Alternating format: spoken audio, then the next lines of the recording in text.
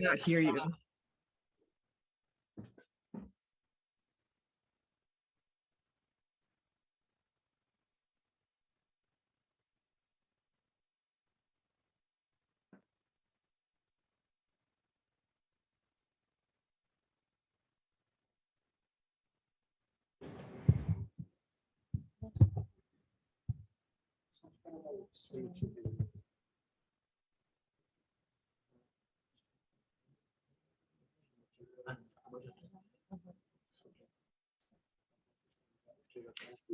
And Christian, where are you coming in from? Hi, I'm in Washington, D.C. So okay, that makes two of us. Okay. Yes. You look like you're in a much more whimsical room than I am, though.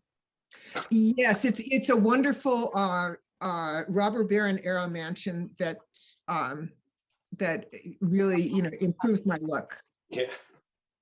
Very different from my office. I'll just for your awareness, touch on a little bit of copyright at the very end of my talk. So it'd be great to touch base with you at some point. I know it's a big focus for you, and I know your colleague at American, Professor Carroll, quite well. My background is as a copyright attorney, so. Oh, well, it would be great to get together, Christian. Yeah. I'd really love that. I'm off to the Tribeca Film Festival right now, but Okay, I'll be no back. rush. Yeah. I will be back on the 15th. And so if you have time between the 15th and the 28th, that would be wonderful. Great. I'll put my email into chat for you. Oh, I don't know if I can do that. Let's see. Yeah, I can. And I can also send you my remarks if you think they'll be helpful.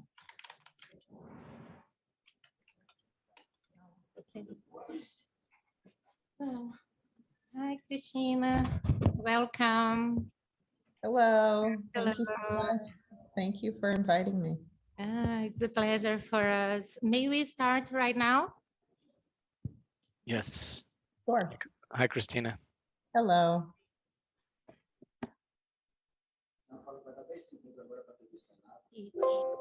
Okay, we need just 10 seconds in order for the Senate TV make the adjustments.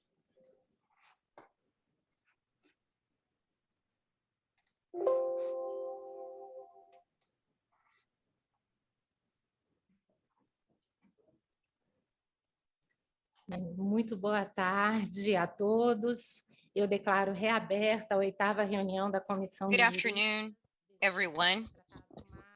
The seminar has been reopened. We're going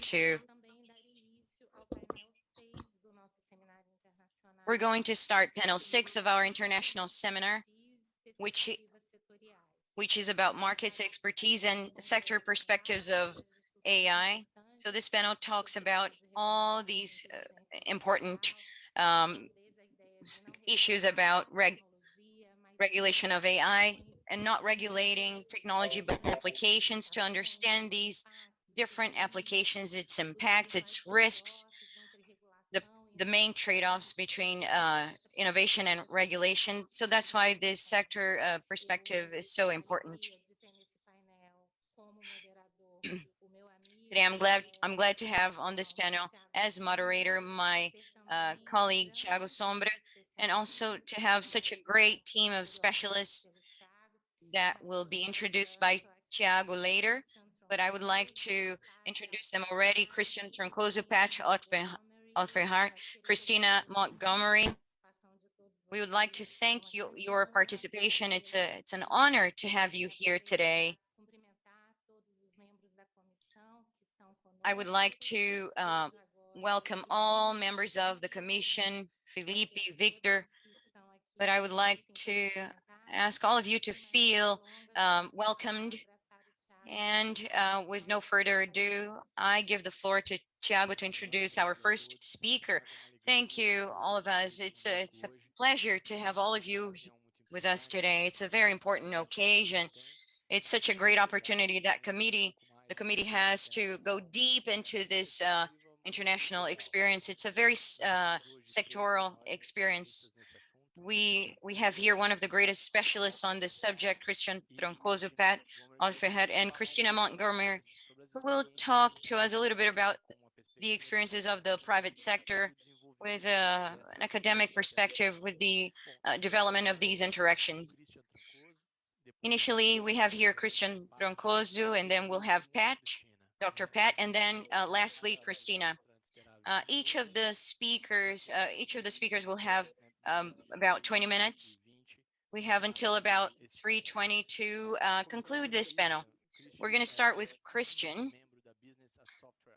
He's the member of Business Software Alliance. He's based in Washington, the director of policy at BSI. He leads most of the global issues here, and one of his main roles is to engage and understand some of the main implications of emerging technologies. Christian is also responsible in charge of, he's working with government leaders around the world, and he's in charge of promoting here a perspective of more security and confidence in terms of innovation. So I would like to give the floor to Christian so he can give his presentation now. Thank you very much. Thank you very much for the kind introduction. My name is Christian Troncoso. I am Senior Director for Policy at BSA, the Software Alliance. BSA is the leading global advocate for the enterprise software industry. Enterprise software services, including artificial intelligence, are accelerating digital transformation in every sector of the economy and every sector of society. I commend the Commission for convening today's seminar, and I thank you for the opportunity to participate in your study on the role that regulation can play in enhancing the benefits of artificial intelligence. While conversations about artificial intelligence often focus narrowly on things like robots and self-driving vehicles or social media, AI is much more diverse than that and is used in an enormous and incredibly broad range of use cases. Brazilian companies of all sizes benefit daily from AI-empowered tools that help improve manufacturing performance and reduce environmental impacts, streamline logistics, and detect cyber attacks. For instance, one BSA member company, Microsoft, has partnered with SOS Mas Atlantica to help them use AI to analyze water samples and evaluate the impact that deforestation is having on water quality throughout Brazil. AI tools are helping the environmental organization create data-informed water policy treatment proposals that help protect the Atlantic forest and preserve Brazil's environment. While the adoption of AI can unquestionably be a force for good, developing and deploying trustworthy AI means acknowledging the risks and working to mitigate them. Among the most significant risks associated with AI is the potential for unintended bias. This is an area of particular focus for BSA, and we recently published a detailed report and framework that outlines steps that companies can take to mitigate the risks of bias. I will share a link to that report in the chat once I finish with my remarks. So for BSA members, earning trust and confidence in the software services they develop is crucial. So confronting the risk of bias is a top priority. 2 years ago, we set out to develop concrete steps that companies can take to guard against unintended bias. The result is BSA's framework to build trust in AI. It is centered around a detailed methodology for performing impact assessments that address the potential of bias throughout the life cycle of an AI system. It's built on 3 key elements: impact assessments, risk mitigation practices, and organizational governance approaches for promoting accountability. The BSA framework includes more than 50 actionable diagnostic statements for performing impact assessments that identify risks of bias and corresponding best practices for mitigating those risks. Among the unique features of the BSA framework is that it recognizes these steps must be taken at all stages of the AI lifecycle, from the earliest stages of design through model development and all the way to post-deployment safeguards. It also recognizes that different businesses will have different roles throughout the life cycle. This means that risk management responsibilities need to be tailored to a company's role. Who's developing the algorithm? Who is collecting the data that is used to train the model? And ultimately, what organization will be deploying the system and the types of safeguards that they will need to adopt. So what does all this mean in practice? First, when designing an AI system, companies should clearly define the intended uses and what the system will be designed to optimize and predict. They should identify who may be impacted by those predictions and closely scrutinize the data that will be used to train the system. Second, at the model development stage, they should be documenting the choices that are made and selecting features for the model and document how the performance of the model was tested and how the model may perform differently on different groups of individuals. Third, at the deployment phase, they should document their processes for monitoring the model performance and maintain feedback mechanisms to enable consumers to report any concerns. And to be clear, at every stage, it's important for companies to have a team that brings diverse perspectives and backgrounds, which can help anticipate the needs and concerns of impacted communities. Bias is, of course, only one of the important ethical considerations for responsible AI, but addressing it is critical. And the risk management approach we have recommended can be tailored to address other ethical considerations. In my remaining time, I'd like to talk a little bit about the broader policy implications of AI and what this commission can do to encourage the adoption of responsible AI practices like those outlined in the framework. The starting point for any effort to develop a regulatory framework for AI is to recognize that we are not starting from a blank slate. To that end, we would encourage this commission to ensure that your approach is informed by existing law and a recognition that many technology neutral laws apply to the development and use of AI. Before proposing new technology specific laws, the commission should first undertake a comprehensive review of existing consumer and civil rights protections to determine whether they remain fit for purpose as technologies evolve. For example, the commission should be guided by existing anti-discrimination laws, the Marco Civil de Internet, and the data protection law, all of which offer strong technology neutral protections that address many concerns related to AI. One goal we would encourage this commission to work towards is ensuring that these technology neutral laws will continue to afford the same level of protection, irrespective of whether a decision is made by a person or an automated system. This sort of analysis will help the commission identify where there may be gaps in the current legal framework that may need to be filled by AI-specific legislation. When gaps are identified, our second recommendation is to ensure that AI regulations are risk-based and that they're flexible enough to accommodate the array of AI deployment scenarios that may arise. Because many AI systems will pose relatively low risk to individuals or potentially no risk at all, a key threshold question will be determining what types of AI systems should be subject to a regulation. Consistent with the risk-based approach I mentioned a moment ago, the commission should focus on specific applications of AI rather than trying to regulate the technology itself.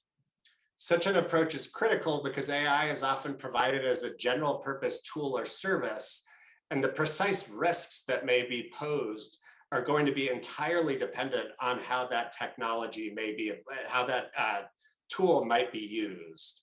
For instance, you may have a general purpose language analytics capability, that a language model that could either be used for purposes of creating a tool that a restaurant can use to analyze consumer reviews to see what dishes may be popular in one region of the country versus another, which would be a relatively low risk application of that general purpose tool.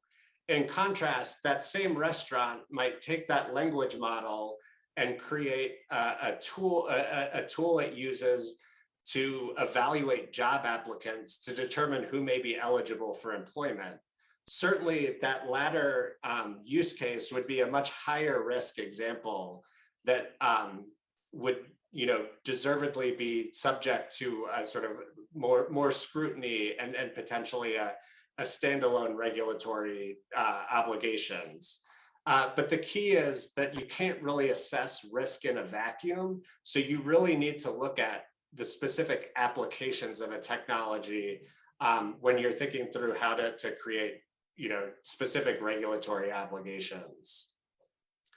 In addition to focusing narrowly on high-risk applications, it's also important that the regulatory framework provide adequate flexibility for companies to adopt the risk mitigation measures that are going to be most effective for their specific use case. Because the appropriate methods for addressing risks are going to vary depending on the AI system and the setting in which it's being used, we would encourage this commission to think through sort of a more of a process-based accountability mechanisms like impact assessments that we sort of recommend in the BSA framework as a model for how you might encourage responsible AI practices. In addition to ensuring that regulations are informed by existing law and that they're risk-based, we would also encourage the commission to be mindful of the range of stakeholders that may be involved in the life cycle of an AI system. Discussions about AI often presuppose that a single organization is going to have insights into all stages of the AI lifecycle, from design to development all the way through deployment. The reality is usually much more complicated than that. In many circumstances, companies acquire general purpose tools and services that they then customize for their particular use case. If you think back to the example I gave a moment ago about how a restaurant may acquire a language model that it then customizes and retrains for different use case applications, it gives a sense of how there may be multiple stakeholders in the life cycle of that AI system. That could be the organization that developed that base model, and then the restaurant itself, which is going to be the entity that retrains the model and then deploys it. Because there can be multiple stakeholders involved in various elements of the design, development, and deployment of an AI system, it's crucial for regulations to account for their unique roles and responsibilities. Similarly, because there can be so many stakeholders involved in the value chain of an AI system, a one-size-fits-all approach to liability is likely to itself create problems, which I hope we can discuss during the question and answer portion of today's seminar. As you consider a new regulatory approach for AI in Brazil, we would urge you not to lose sight of the global nature of the technology. A pro-innovation regulatory framework should create safeguards and incentives for the responsible use of AI that are interoperable with global approaches and norms. Access to global markets is going to be critical for Brazilian companies to lead in AI, so the Commission should aim to ensure that Brazil's approach to AI regulation is interoperable to the greatest extent possible with other emerging approaches, including approaches under discussion in the European Union, for instance. To that end, we would encourage the Commission to align its work with the core principles in the OECD's recommendation on AI. Consistent with some of my earlier recommendations, the OECD principles are predicated on a risk-based approach to regulation that encourages all stakeholders in the life cycle of a system to adopt appropriate risk management-based techniques for controlling the risks that are sort of under their control. And finally, we would also encourage the Commission to think more broadly about opportunities for enhancing Brazil's innovation capacity. Given the critical role that data plays in the development of AI, the Commission should review key policies that impact opportunities for data innovation in Brazil. Because Brazilian businesses rely on data from global sources, for instance, the Commission should acknowledge the importance of cross-border data flows and reject policies that might undermine those benefits. The Commission should likewise look for new opportunities to enhance the ability of Brazilian innovators to access data. Two areas in particular stand out to us as potential opportunities. First, the Commission should recommend updates to the Brazil copyright law to provide greater legal certainty for AI developers. Some forms of machine learning rely on training data that may be derived through the computational analysis of items that may be subject to copyright protection. For instance, if you're creating an image recognition system, you may rely on photographs that are obtained online. Similarly, if you're creating language models, you may rely on the computational analysis of textual works that may be subject to copyright protection as well. Because Brazil does not have a flexible, what we call in the United States, fair use provision, we would recommend that Brazil consider the adoption of specific exceptions to ensure that Brazilian innovators have legal certainty when they engage in this sort of computational analysis. We've seen great progress in recent years in other countries that have adopted similar exceptions. Most recently in Singapore, just about 6 months ago, Japan has adopted such an exception, as has the European Union, and other markets such as Hong Kong and Canada are currently reviewing such exceptions. And the last thing I wanted to talk about just very briefly is that the Commission should examine Brazilian policies for promoting access to open government data. Government-generated data is a resource that can serve as a powerful engine for creating new jobs and promoting economic growth.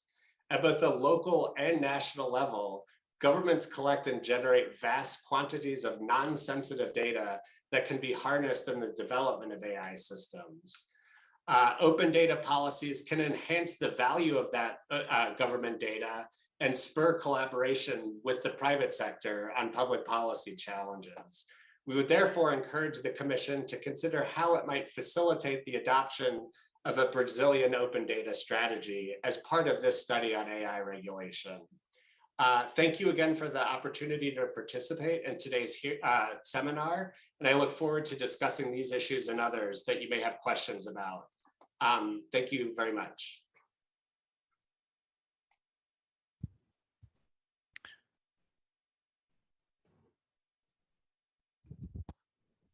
Muito obrigada, Christian, pelas considerações tão ricas, né, que enfatizam, em primeiro lugar, a possibilidade da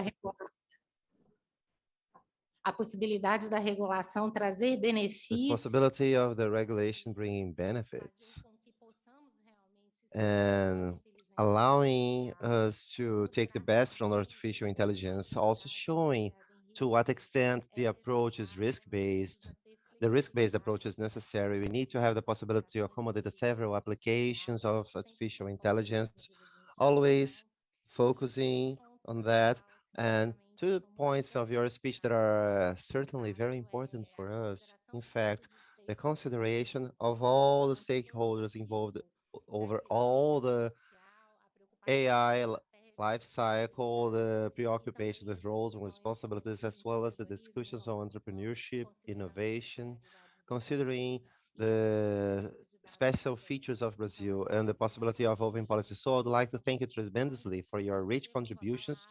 And now I would like to call our moderator so that he can introduce our next panelist. Thank you, Anna.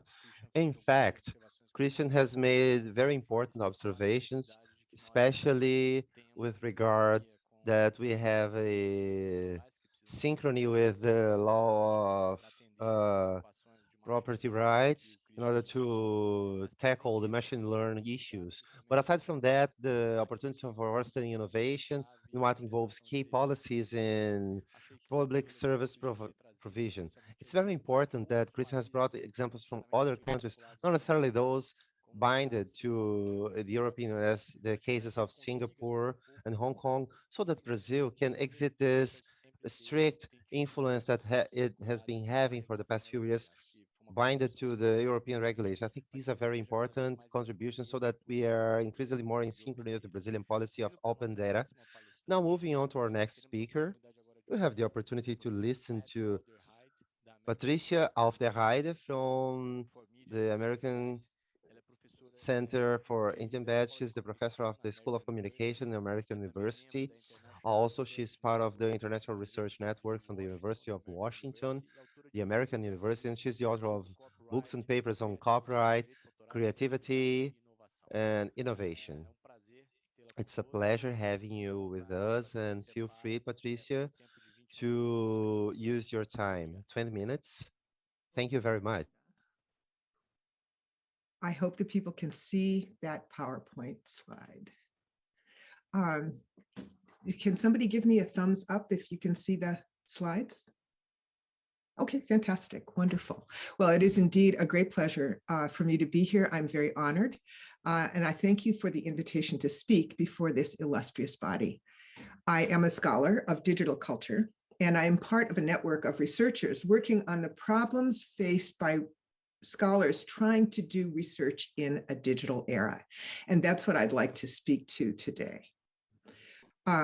Whoops, sorry. Here we are. I'm grateful that I was able to benefit from Christian's remarks, because I think that my remarks build on his nicely, and I am in full agreement with what he was saying. I would like to explain first why it's important to facilitate the use of text and data mining by scholars, professors, and researchers, as well as AI developers. Scholars often face challenges internationally and domestically in using one extremely and increasingly common form of research, which is text and data mining. Text and data mining is a research method that is enabled by digital technology. We aggregate large bodies of material produced for other purposes, and then we look for patterns in the entire body of material. So we might be looking at daily weather reports over a year or over a continent, and we might be looking, for instance, for climate change trends. Or we might be taking a body that includes the texts of all romance novels published by a particular publisher over decades, looking for shifting linguistic patterns in relationship to emotions. Or we might be looking at journal articles that include references in their title to diabetes or blood sugar or leukemia or some other health condition. And where we might be looking for unexpected or unsuspected relationships between different symptoms that have not yet been seen because people were not looking at the aggregation of very different kinds of research before. Or we might be looking at speeches given in the Brazilian Senate over time. And we might be looking for changes and continuities in formal address in Portuguese or in Portuguese grammar itself. What's common among all these research purposes is that they are not concerned with the individual creator's work. And whether that's the meteorologist who maintains temperature records, or the romance novelist, or the senator who wrote the speech. We actually never read or analyze any particular work. So all of this data is gathered in bulk into programs that then sift and search for patterns. We use other statistically grounded methods to analyze those patterns. As Christian, I thought, did a great job of explaining, every large tech company employs text and data mining routinely, every day, all day for its services. Internet search, for example, is an excellent example of routine text and data mining. Huge swaths of data, both text and numbers, are scanned by machines identifying patterns. The use of AI, which is pervasive throughout the tech industry, improves the chances of accuracy of that material. AI uses text and data mining in only one of the many ways that large tech companies do their work. But text and data mining is a very basic feature of that work. Patterns detected in large bodies of data help an AI program learn what's normal, what's expected, what typical patterns are. And the more original data that the AI can learn on, and the more relevant it is to the task, the more appropriate the results would be. So AI is really only one use of text and data mining, whether it's by big tech companies or individual scholars such as myself, but it is the one before us today. So I'm only speaking to the AI question, but my concerns about the ability to do text and data mining go beyond AI. Within the context of this bill, it's important to add an exception, not only for developers and for training AI within a business environment, but for researchers doing text and data mining research, both in relationship to AI, but not restricted to training alone. These researchers could be academics. They might be investigative journalists. They might be museum curators. They could be nonprofit civic activists looking for patterns in housing or welfare benefits.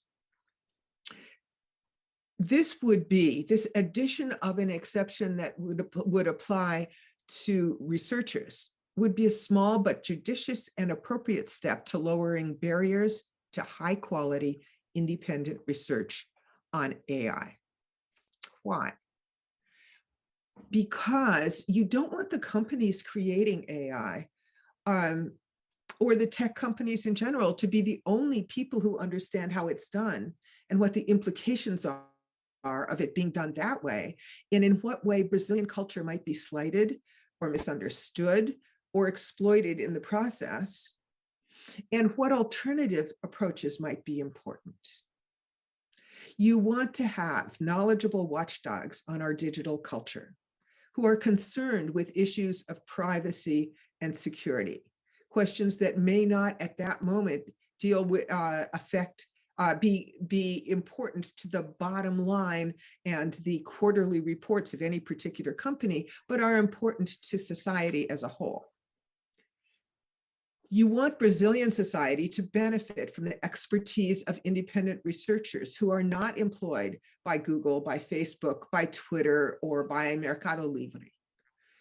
You want them to have access to the same methods that the tech companies are using to do their research. You want Brazilian exceptions to not only benefit large international tech companies, you want Brazilian society and culture to be able to innovate and create.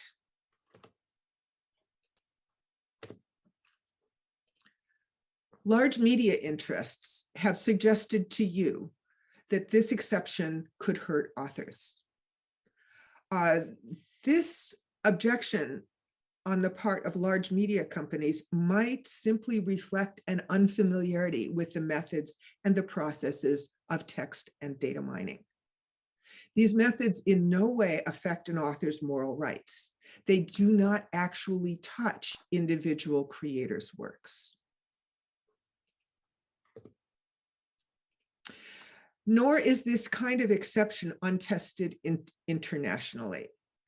In the United States, assembling a database from which to do text and data mining is permitted. Of course, copyright is not the only obstacle to getting access to sets of data anywhere. And I was happy to see that Christian was speaking to the question of access. Individual companies usually closely guard their own material, understandably. Individual works within those bodies of material, of course, are copyright protected. Different companies have different access policies. Twitter, for instance, lets researchers easily compile databases drawn from user tweets. Facebook, on the other hand, makes it difficult to get access to Instagram or Facebook data, except on its own terms. Many databases of scholarly publications, such as JSTOR, ProQuest, Nexus Uni, have default contracts that do not permit text and data mining. However, some libraries negotiate those contracts and insist upon their patrons being able to conduct text and data mining on these bodies of material or some segment of them. And those providers, those vendors of bodies of scholarly publications do grant those negotiations in the contracts. So to the extent that researchers can create and get access to entire sets of data in the United States, at least, they are legally permitted to use them for text and data mining, including for AI training. So it's not surprising that US researchers have been in the vanguard internationally of doing text and data mining for many, many disciplines. One of the things we know from the research that my colleagues and I have been doing is that when researchers face obstacles to conducting text and data mining, the research suffers. And we argue that the culture is poorer for those limitations. My colleagues and I currently are conducting an international study in multiple languages, including Portuguese, on the problems that researchers have, independent researchers from the corporate environment, that is, have in doing this kind of research, text and data mining. We have interim results which show that there is a strong chilling effect or suppression of creative action when obstacles are put in the way of having access to databases to do this kind of work. This is not surprising. This result strongly aligns with our own previous work, which is summarized in my book with Peter Yassi, called Reclaiming Fair Use. And I think, yes, I have just put the name of that book into chat. To summarize, creators cannot create, innovators cannot innovate without access to the raw materials that they create and innovate with. For all of these reasons, I encourage you to consider a clause in this bill to encourage researchers and scholars to participate and use the same research methods at the cutting edge of digital culture that the large tech companies already use routinely. I would be glad to continue the conversation. My email is in chat, but I will repost it for anyone who joined later. And I would be happy to introduce you to other colleagues in my research network as well. Thank you very much for this opportunity. Muito obrigada, professora Pat of der Heide, Thank you very pela much, Professor Patricia of der Heide, for your clarifying and rich speech that points out to the economic use of data and artificial intelligence. So really, it was very interesting, your exposition on the importance of text and data mining as a research tool, as how important it is to create such an exception for these non-business researchers, and how it is supportive not only for the very research itself, but for the whole culture as a type of social accountability that in fact would involve and comprise the whole of society. And it's also very nice to hear someone showing the obstacles to make it happen that should not be limited to copyrights, bringing the North American experience in showing how such an access to a database is adamant for the success of text and data mining back in USA in such a way that undoubtedly there will be very important topics to be considered for all of us in the commission. So once more, I would like to thank you very much for your kind words. And I would like to call Tiago to move on with his considerations and introduce our next panelist. Thank you very much, Anna. Thank you, Professor.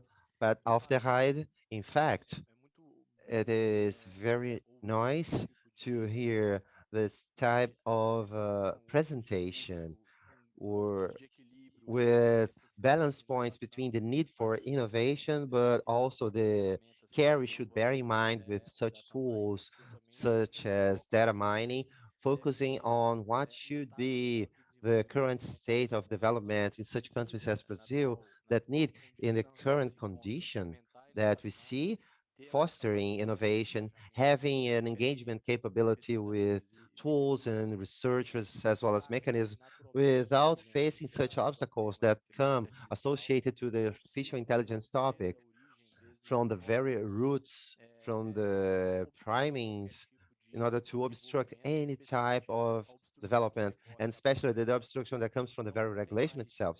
So without further ado, I would like to invite our next panelist, Christina Montgomery from IBM. Christina is Chief Progress Officer from IBM, from global IBM, and she acts on analysis specifically on the strategy and the acting on the direction of several privacy policies from IBM. And aside from that, she's member from AI Ethics Board from IBM, a multidisciplinary group responsible for structuring not only governance, but also the decision-making process for AI within the company. Aside from that, over her career, she has worked on cybersecurity. She has acted as corporate secretary and board member from IBM directors. Aside from being part of all the relevant bodies and participating from chambers, assemblies, who have a very important relationship with the development of technology and innovation. Christina, thank you for responding our invitation from the Juris Commission of the Federal Senate. I'm sure your contributions will be very important for us in the next few steps. Thank you very much once more. Yeah, thank you so much for inviting me to speak with you today. I'm going to talk about picking up on one of the themes that Christian highlighted at the beginning, organizational governance and accountability on the part of companies by sharing the IBM approach to responsible technology. So IBM has had a long history of working with companies in a wide variety of industries, everything from banking and finance to transportation and logistics, as well as with many governments around the world. And as a leading voice in the technology sector, we know from firsthand experience that a lot of our clients, as well as governments that we work with as clients, are looking to embrace AI for a whole host of reasons, whether it be for improving their customer service through things like chatbots or better managing logistics of supply chains or even booking airline reservations and the like. And governments are looking to make investments in AI as well to position themselves as leaders in this innovative technology.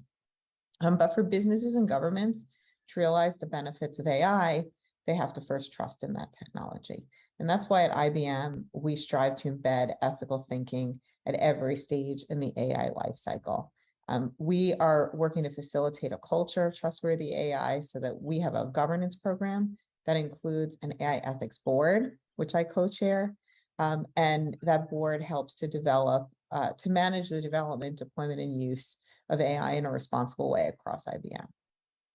So through the AI ethics board, we infuse the company's principles and ethical thinking into business and product decision-making. The board itself is very diverse and cross-disciplinary in nature. It reports to a committee of senior most leaders in IBM. They set the tone from the top of the company, and it's supported by a project office and a network of focal points that exists throughout the IBM business, and I'll talk more about that in a minute.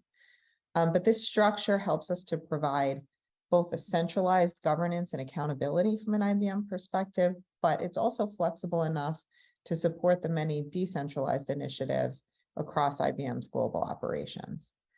So, well, the board is driving initiatives across the company and at various stages in the AI lifecycle. It's really at the deployment stage that the board is most readily apparent to internal stakeholders at IBM. As a company, IBM consults on a wide variety of technology-based management, integration, development, implementation projects for clients, and we're a leading provider also of general purpose AI software. So those projects and our general purpose software is often customized for client-specific uses prior to deployment. So it may be a chatbot procured by a government or for citizen service inquiries, or that very same technology applied in the context of a chatbot for online shopping that a retailer may use. Here, the board plays a critical role in conducting risk and context-based assessments, evaluating essentially the particular use that the technology will be deployed and making determinations around not what can we do technically, but what should we deploy consistent with our values and our principles. So for example, in the early days of the global pandemic, our board reviewed many proposed uses of technology to help address the pandemic, like facial recognition technology to detect mask wearing or fevers, health passports, vaccine certificates. Those kinds of proposals were brought forward, those and more, to the AI Ethics Board during that period of time.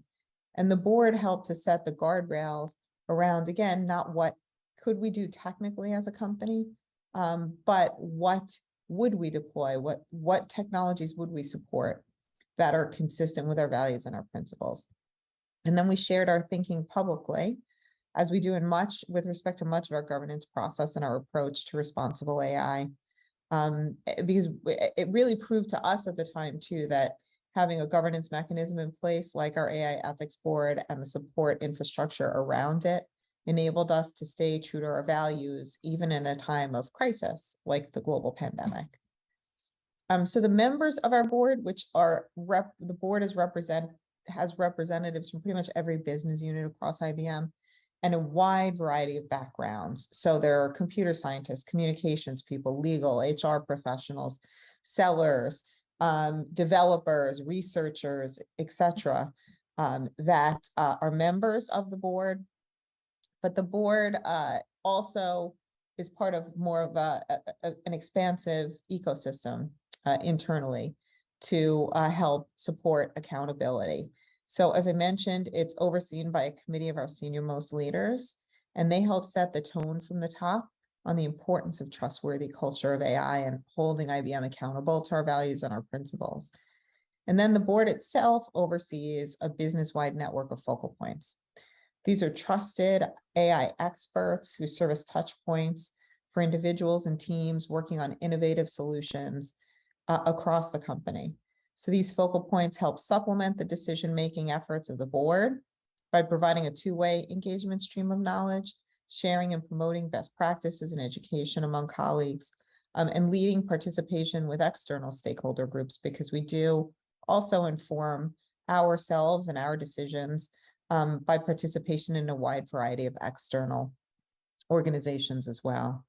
And so through the focal points, they really are helping to imbue our trustworthy AI culture, to operationalize our values and our principles, putting those principles into practice by leveraging the decentralized knowledge and skills of our employees across the globe. And we also have an informal network we call our advocacy network. And this enables us to further scale the impact of our AI ethics initiatives and instill a culture of ethics even further by enabling any IBMer to submit a project in the space of AI ethics or to volunteer to contribute to an existing project that the board may be leading. We firmly believe, and we say this often, that AI ethics is everyone's responsibility at IBM. So the board itself is also part of a broader system of governance. And this, as I talked about with the committee of senior vice presidents, our focal point network, and the board itself, is really one of the primary mechanisms by which we hold our company and all IBMers accountable to our values and our commitment to the ethical development, deployment, and use of AI solutions. There's no small task. That's really no small task with a company like IBM. I mean, we have 250,000 employees approximately, operating in over 170 countries around the globe. And as I said, we support clients in a wide variety of industries and governments around the world. So really having that approach is important to maintain that centralized decision-making accountability, and also at the same time, being able to do this and hold our company accountable across that wide a berth. But we really do believe that that's a task that every company developing or using AI has to undertake. And we believe it's similarly incumbent upon policymakers to develop appropriately tailored rules regarding and governing the use of AI, particularly in sensitive contexts. So that's why we've been supportive and advocating for a risk-based approach to AI, like the one that's being discussed here today. Regulatory approaches that aren't regulating the technology itself, but rather the use of that technology, taking into account the context in which it's being deployed and used, the nature of the organization responsible for the technology's deployment, ultimately in the end use case. And this is really critical to get right. Because first, and Christian mentioned this as well, many uses of AI are very low risk, and imposing onerous obligations across all AI will hinder innovation. And additionally, the AI lifecycle is complicated and dynamic. And in order to address risk effectively, the regulatory obligation has to be placed on the entity that's best positioned to address the risk. And that may change over the lifecycle, that may shift. All stages of the AI lifecycle require oversight and accountability, but the deployment phase is among the most critical. That's why governance programs like our AI Ethics Board and the work being undertaken here today are going to become increasingly important as we make greater inroads into the mass adoption of AI technologies. So in closing, I encourage you to consider 2 points. First, as you're doing today, consider co-regulatory approaches like IBM's AI Ethics Board and the governance we have here, and standardization mechanisms such as the work being done by NIST in the US to encourage consistency in regulatory approaches and standards. And second, continue the great work you've done in promoting interoperability with other emerging global standards and regulations like the EU's AI Act. In the US, the National AI Advisory Committee, of which I'm a member, is likewise chartered with considering the compatibility of international regulations and opportunities for international cooperation in the areas of standards development. As countries and regions dedicate time and resources to considering pathways towards regulatory harmonization in AI rules and regulations, we can hopefully find opportunities to steer away from fragmented rules towards a holistic and harmonized international regulatory approach for AI. So apologize for my voice, but I thank you for the time and for the opportunity today to share IBM's experience and approach with you.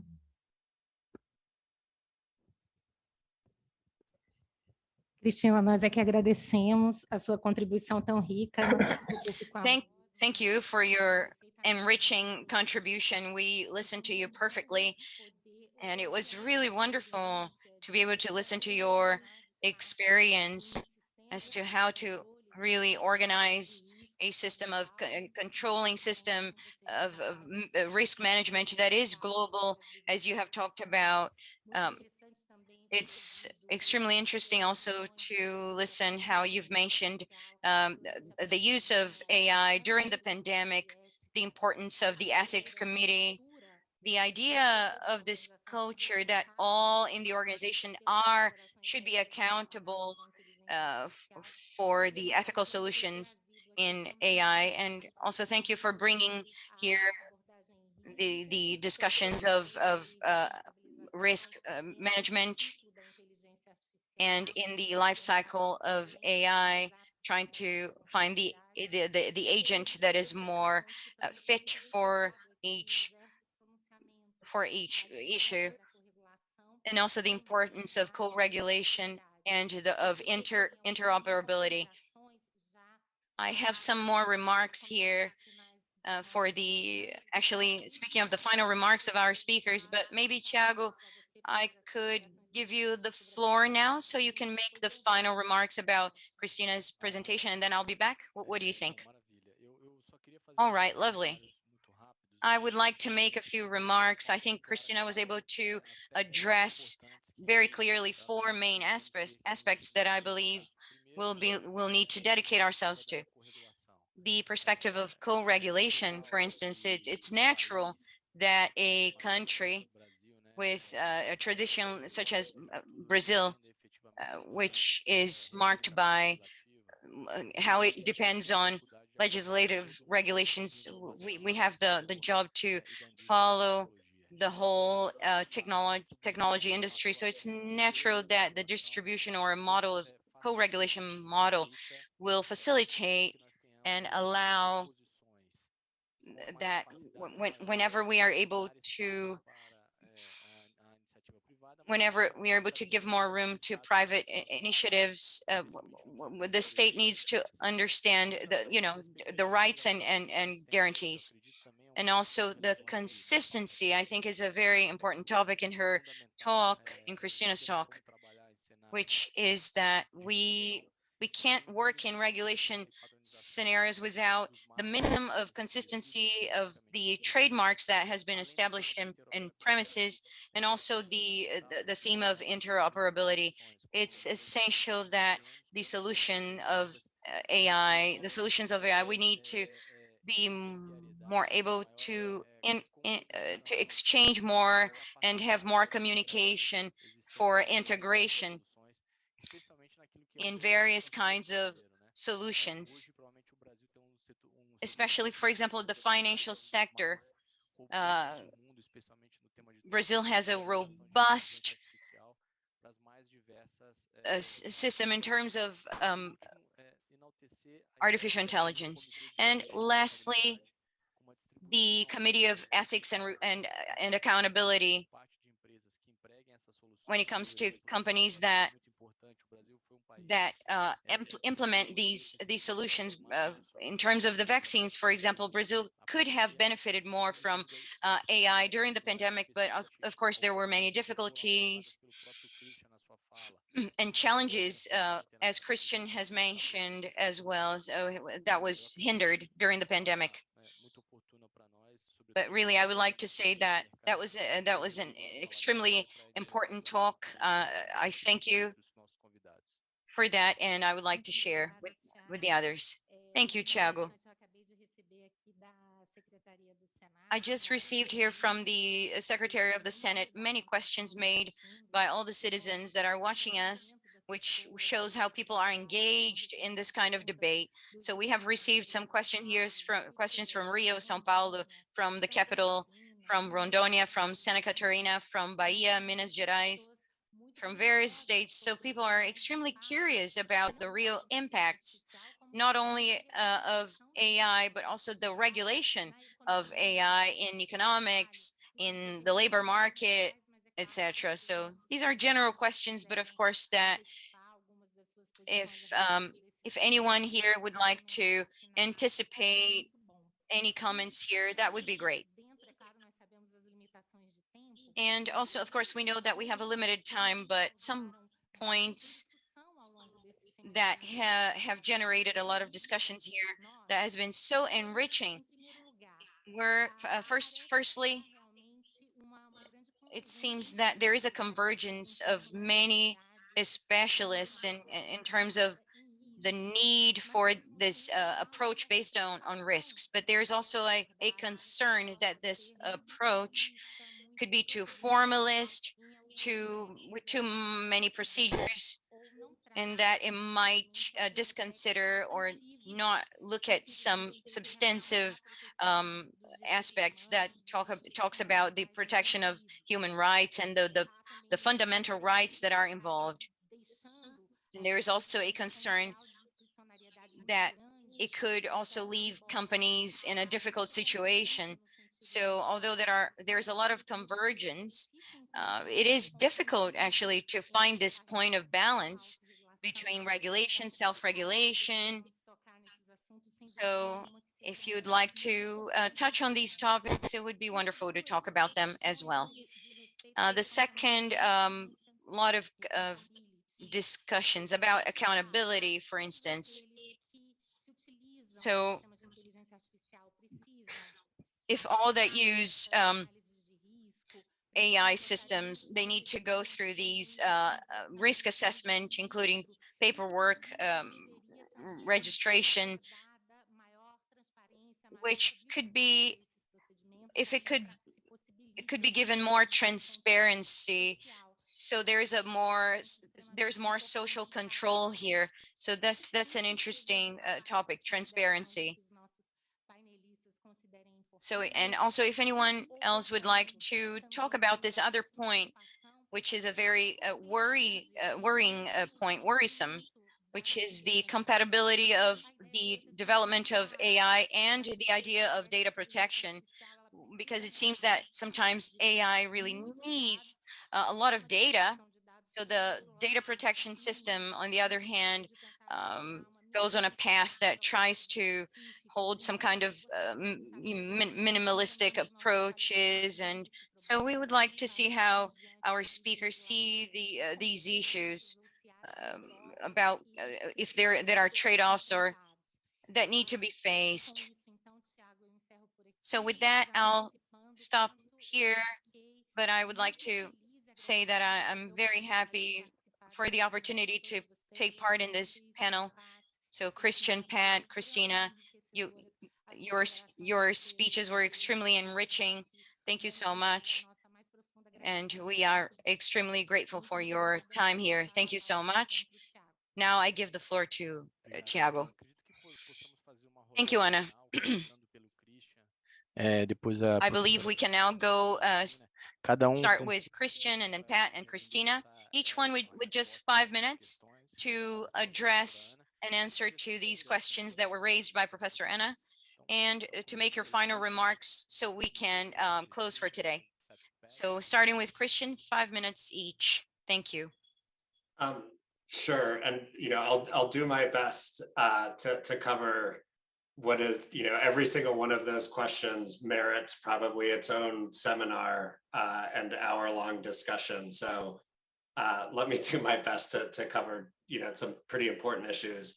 I think the first sort of theme or topic that was raised related to sort of the potential impacts of AI on the workforce and the economy. And I think absolutely that this is a fundamental issue that the Commission should really grapple with. In our view, the AI will absolutely, provoke some shifts in the economy. It's going to change the nature of employment. But where we see the most immediate need is for ensuring that the workforce is prepared for the jobs of the future. So, we are not seeing at the present moment, jobs disappearing. To the contrary, we are seeing a need for more employment than ever. And we are seeing a need for for the workforce to be more familiar with technology. So jobs that in the past didn't involve technology will involve technology increasingly in the future. So, workforce development programs are absolutely crucial for long-term innovation and to ensure that Brazil remains a leader in the space.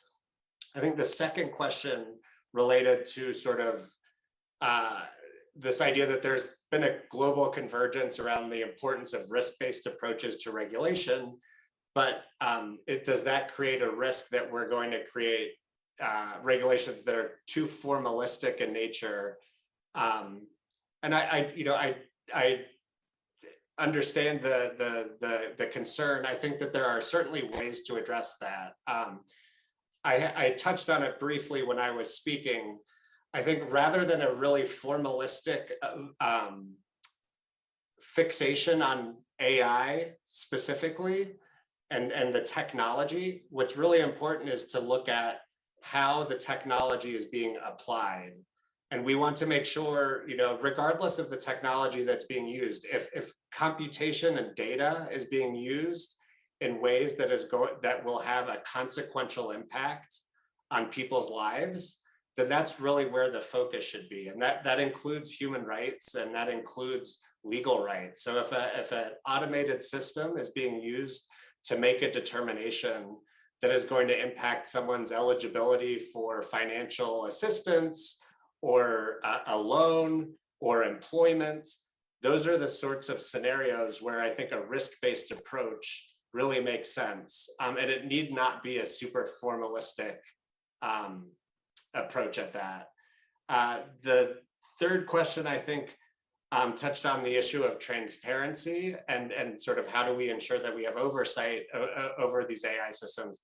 Here too is where I think impact assessments are critically important. We want to ensure that all of the stakeholders involved in the development and use of an AI system are communicating with each other in a way that promotes greater understanding of both the intended uses of an AI system, but also its limitations. And so, that's where we see impact assessments being really important in promoting sort of a consistent approach to documentation as systems are being created. And then I think the last question that I heard related to sort of, are there trade-offs involved between AI innovation and data protection? And certainly there are. To be clear, data protection is an incredibly important right, and that people have a right to understand how their data is being used. And we would not suggest that we weaken data protection in any way, but we should be very clear-eyed that limitations on the use of data certainly will affect AI development, and sometimes in ways that may not be anticipated, and then sometimes in ways that may have downsides that we may need to think through. So as I talked a little bit about it during my presentation, AI bias is an issue where access to data can be one of the key ways that companies can mitigate the risk of AI bias. If you have access to more data, there will be circumstances where you may have more balanced data sets so that they're more representative of the population. Of course, that can come with asking companies to collect more data, and that there are trade-offs with data protection. Similarly, some techniques for testing an AI system for bias will require a company to have access to demographic data in order to evaluate whether the system is performing with the same level of accuracy or the same performance levels for all demographic groups. In some circumstances, companies are understandably reluctant to collect that sort of demographic data. And in some markets, in some countries, they are in fact prohibited from collecting that sort of data in certain contexts. And so, yes, there absolutely is an intersection of data protection and AI that raises a lot of important issues that merit discussion. But we should recognize that innovation is important, but so is data protection. And we just need to be mindful of that intersection and decide as a society where we want to draw those lines. But I think what is most important is ensuring that we have clear and transparent laws about how these things apply, and that companies have clear guidance about what is permitted and where the lines are. So let me, I'll pause there because I'm worried that I may have already gone over my 5-minute allotment. But thank you very much for inviting me today. Thank you, Christian. Pat?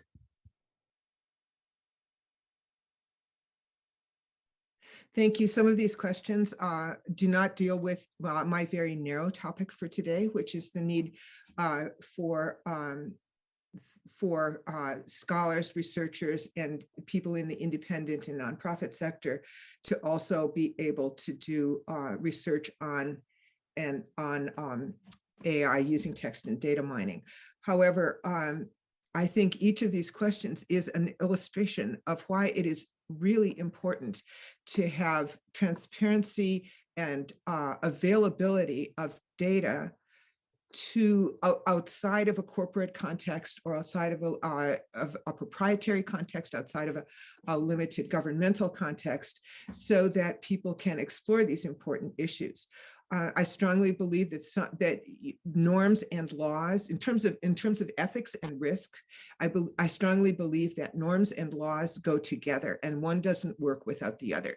And it's very the norm of ethics and protection of individual data and non-exploitation of subjects is a very, very strong norm in academia.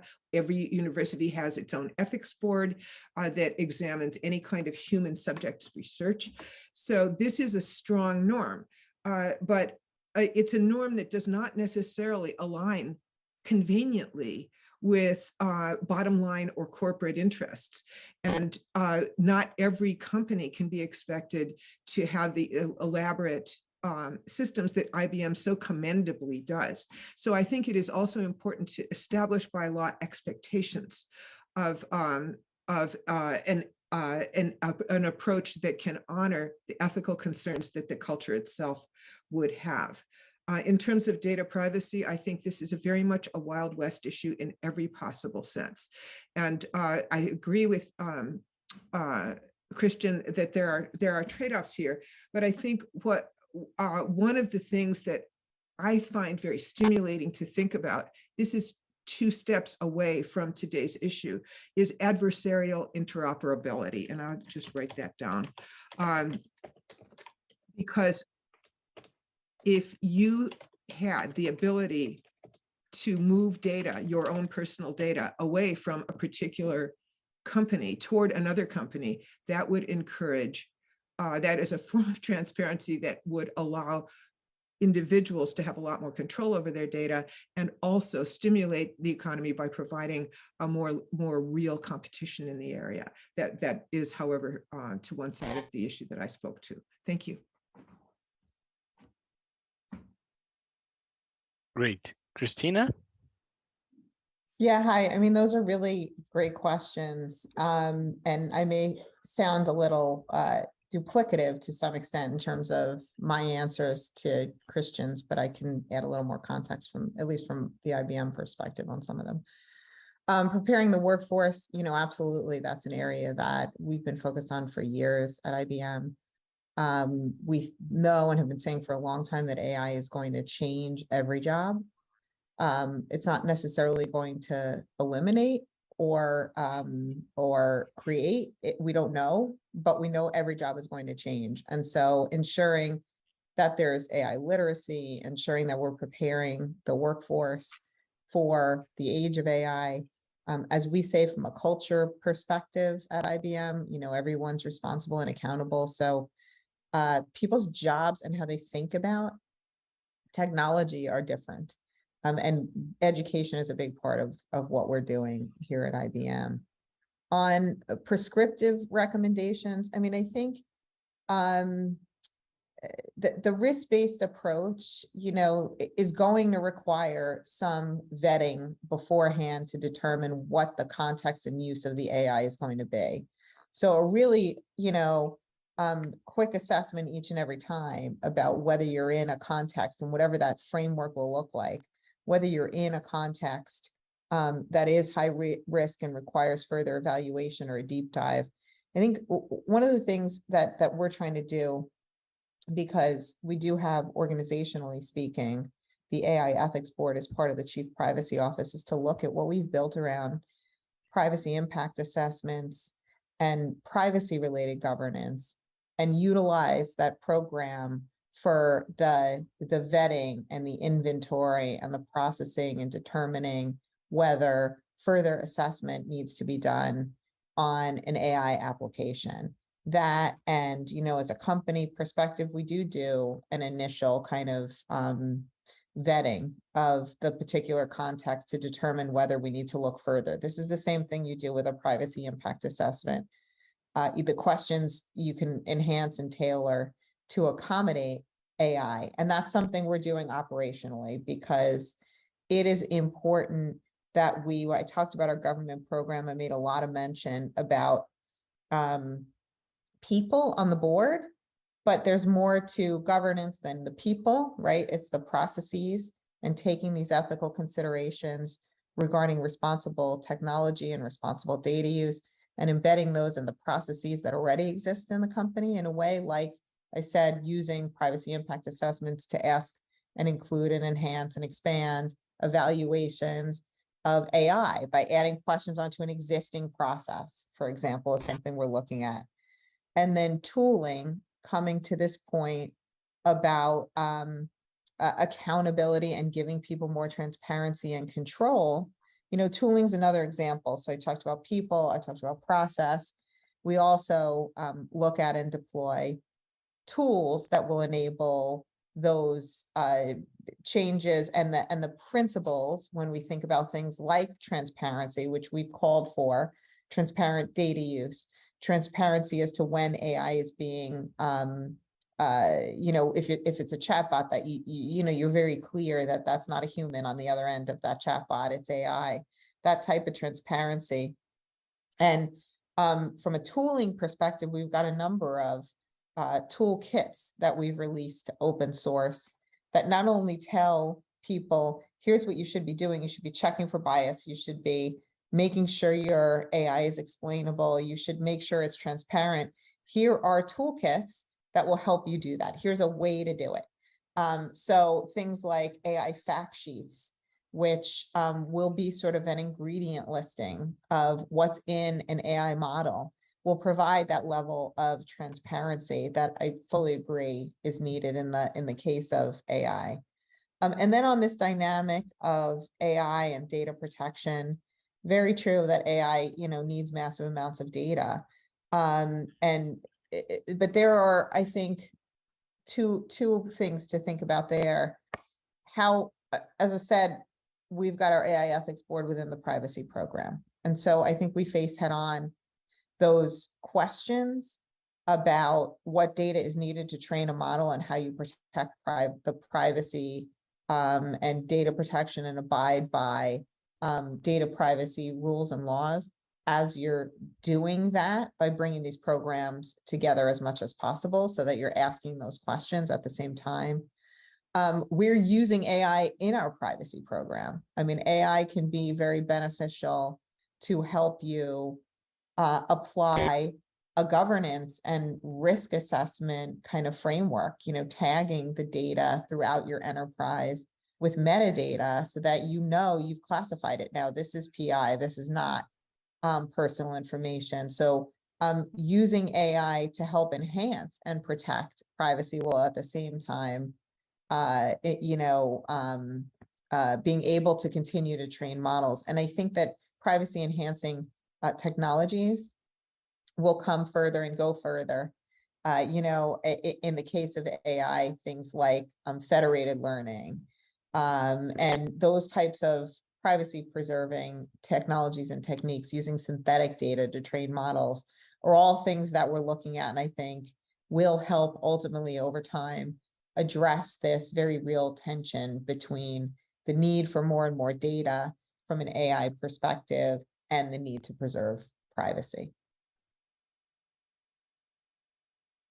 Thank you, Christina, and thank you again, Christian, Pat, and you. For us, it was a real pleasure.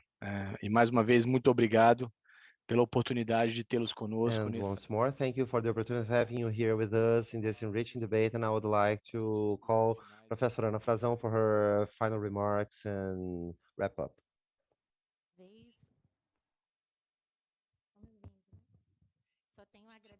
All I would like to say is thank you all our panelists who really offered us a moment of tremendous reflection aside from the brilliant initial presentations.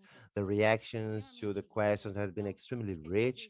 So hereby I would like to register our gratitude and the acknowledgement for the importance that you all had with our process that, as you can imagine, is very complex in order to elaborate a norm with such goals. But for sure, this process will become increasingly easier and less difficult with the support from so many important experts who are very generous and polite as you guys. So once more, on behalf of the commission, I'd like to thank you all. I'd like to thank Tiago in helping me with the moderation.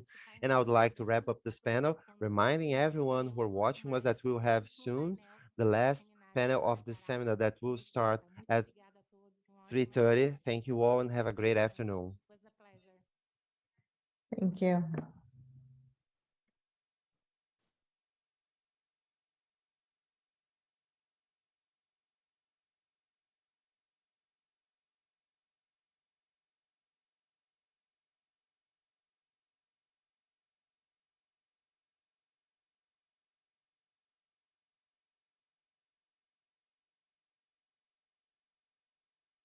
Ana, obrigado, deu tudo certo, viu? Foi ótimo, no tempo, certinho.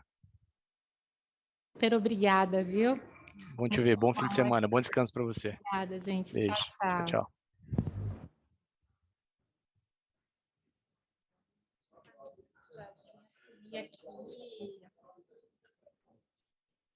Tchau. Vamos lá, né? Good afternoon, Professor Vladek, Professor Teresa, Professor Mafalda. So wonderful to have you all here. I must say in advance that we are being recorded right now. So everything that we speak right now is live on Brazilian television. National television is being broadcast. So I would recommend that that would be taken into consideration before we get our panel started. Obrigado, viu? Muito obrigado, tá? Beleza, obrigado. Bom. Ah, sim. Você, ó, eu não pude ir naquele ponto de estar dando aula. Tá? Mas ó, eu vou te procurar para não furar dessa vez, porque eu tenho alguns assuntos para There's something I'd like to talk with you before. We have a translation option here. It's an interpretation. It's a small globe on the bottom right-hand corner. Please let me know if you have any doubts on how to use it. You just have to click there on interpretation, and then you click on Portuguese and on English, I'm sorry, on English. And whenever we are speaking in Portuguese, you'll be able to hear us in English, because we must conduct the seminar all in Portuguese. Thank you. That will be helpful for me. If you also need any help for presentations, I know Professor Teresa has a presentation. I will be pointing out to our technical staff, and they will make you host of the screen. Com licença, boa tarde a todos. Estou assumindo então agora a presidência dos trabalhos. Sou membro da comissão, Fabrício da Mota, meu nome. Os membros Felipe e Vitor, prazer em tê-los aqui. Vamos dar continuidade então à parte final do nosso seminário, o último painel, painel 7, sistemas de responsabilização. Now we'll move on with the last part of our seminar. And now I would like to call Felipe and Victor. I can see them here. É o horário que está agendado. Tudo bem, aguarda então. Bom, os palestrantes já se encontram todos presentes? Já. Então, acho que podemos dar seguimento sem necessidade de... vamos privilegiar o grande evento de antecipação do painel e também privilegiar a presença dos nossos palestrantes aqui também. Bom, então, dando continuidade ao seminário, e agora passo a palavra aos membros Felipe e Vitor para que conduzam a moderação do Now I'd painel. like to call our members Victor and Felipe to be steering the operations. Now I'd like to thank everybody. Good afternoon. First of all, I'd like to say that it's an honor to receive Teresa, David, and Mafalda here with us. This table will wrap up, indeed, this series of 2 days of public hearings, international seminar that had brought very rich contributions from different experts worldwide that have been helping us. And this is very necessary in order to regulate artificial intelligence in Brazil. So you can be sure that all studies have been offered will be used for our internal resolution in this commission. It's an honor to receive you all. I would like to, and I would like to greet dear Victor, who shares the moderation with me, with our member Fabrício, that carries out the presidency in loco, specifically talking about the subject, the theme of accountability is being pointed out in several panels in public hearings in both national and international contexts as one of the core points in this discussion. And over the last year, we've seen a rather divergent understanding on the subject. The public hearings, Brazilian ones, the recommendation of the experts was in the sense that there should not we should not legislate on civil matters on the damage caused by AIs. The most discussed topics, therefore, are the need or lack thereof of adjusting the Brazilian discussion, if necessary, which would be the best way to address this problem? Would it be by classifying upon risk as suggested in the European Union? Aside from that, should we create a mandatory insurance for specific types of artificial intelligence for the highest risk and the complementary back exit? These are just some of the main issues that we have been facing. Well, after this brief panorama, I would like to invite Professor Teresa de las Heras Rodrigues Palel. I've mentioned briefly the presentation. I will do the presentation of her curriculum. Professor Teresa is a trade right professor at Madrid. She's certified good scholar in Rome. From 2021 to 2022, she is member of the experts group of the European Commission on accountability for new technologies. She's the member of the group of experts of the European Commission on platform economy. She's a delegate, Spain delegate on the fourth working group of Unicentral on electronic trade on I8 projects. She's a member of the council and the board of the European Line School and the collaborator of the project of arithmetic contracts and the project of AI liability and principles of automated decision making. So, Professor Teresa, would like to thank you once more for your participation, and I would like to invite you to take the floor. Thank you for this extraordinary, this honor, this privilege that is for me to have the opportunity to address to you and share some of the ideas related to the how to regulate, if we have to regulate liability for damages caused by artificial intelligence. So distinguished participant, member of the panel or participant, thank you very much. I'm very pleased to be here with you. I would like to share my screen because I would like to create a narrative around the different policy option that from the perspective of the European Union, we are at the moment taking into consideration in order to offer you a panel, literally a catalog of options, trying to see what are the different possibilities, what are the different factors that should be taken into consideration, and what are the implications of deciding the different policy option in terms of liability, and what are indeed the possible combination in order to create a sound and predictable liability framework for artificial intelligence. With this idea in mind, please let me just share this presentation where I try to precisely discuss with you from the European Union perspective how indeed artificial intelligence liability has become a puzzle that we have to not only explore, but decide how we put and fit together all these different component part that we can use in order to build this liability. Let me just give you a very brief timeline of the different initiative that has been adopted or proposed in the European Union. And please just let me give you two ideas that this timeline reveal. The first idea is, as you can see, the beginning of this process is around 2017, 18, and started with an expert group precisely on the issues related to liability and emerging technologies. So the first concern from the European Union perspective has been precisely the adequacy of liability rules to the damages caused by artificial intelligence and other emerging technologies.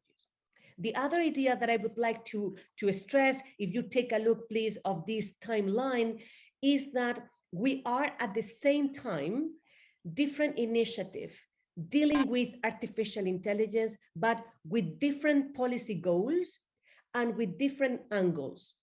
The very famous proposal of April 2021 that is called Artificial Intelligence Act seemed to be an all-embracing regulation for artificial intelligence. But this is absolutely wrong. That is not the case. The Artificial Intelligence Act is one of the pieces of this puzzle. And this Artificial Intelligence Act is indeed exclusively focused on regulatory aspect of artificial intelligence. So this Artificial Intelligence Act is indeed just trying to decide what are the specific uses of artificial intelligence system that the European Union Commission consider prohibited or has to be prohibited or has to be considered at high risk.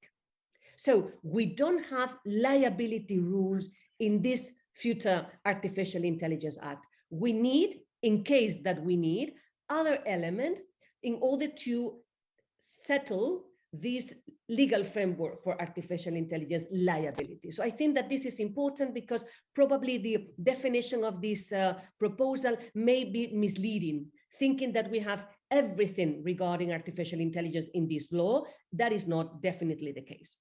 The second idea that I would like to share with you is that when the expert group was created, one of the first finding that we derive of our discussion is that only because artificial intelligence is a new or not so new technology, we should not necessarily start a legal action. So it's not because artificial intelligence is new or relatively new, we need to produce necessarily artificial intelligence specific rules. So in my opinion, this experiment or this exercise that you can see in your screen at the moment, that you can see is an effort to understand to which extent artificial intelligence system has characteristics that are so disruptive, that they are so distinctive, that required a new regulatory approach. Only after this mapping exercise, only after this identification of distinctive features, only then we can decide to which extent a regulatory action is needed. And as you can see in this map that we designed in the expert group, the main conclusion has been there are characteristics of artificial intelligence system that at least require some attention in order to see to which extent these characteristics are so conflicting with the traditional liability regime that required some kind of adaptation. For example, opacity or complexity may impact on the traditional way of applying and assessing the causal link between the damage and the fact. So why is that important? Because maybe the way of applying the element of liability might not be sufficiently effective if we have artificial intelligence system. So please let me just insist on this idea. Artificial intelligence specific rules, they are not necessary unless we are sure that this characteristic, the increase in autonomy, the data dependence, the opacity, the complexity, they are so disruptive with the traditional system that required any specific attention. Otherwise, we would be creating different legal rules for functionally equivalent situation. And we would be deviating from the very important technology neutrality principle that should guide the work of the legislator and the regulator.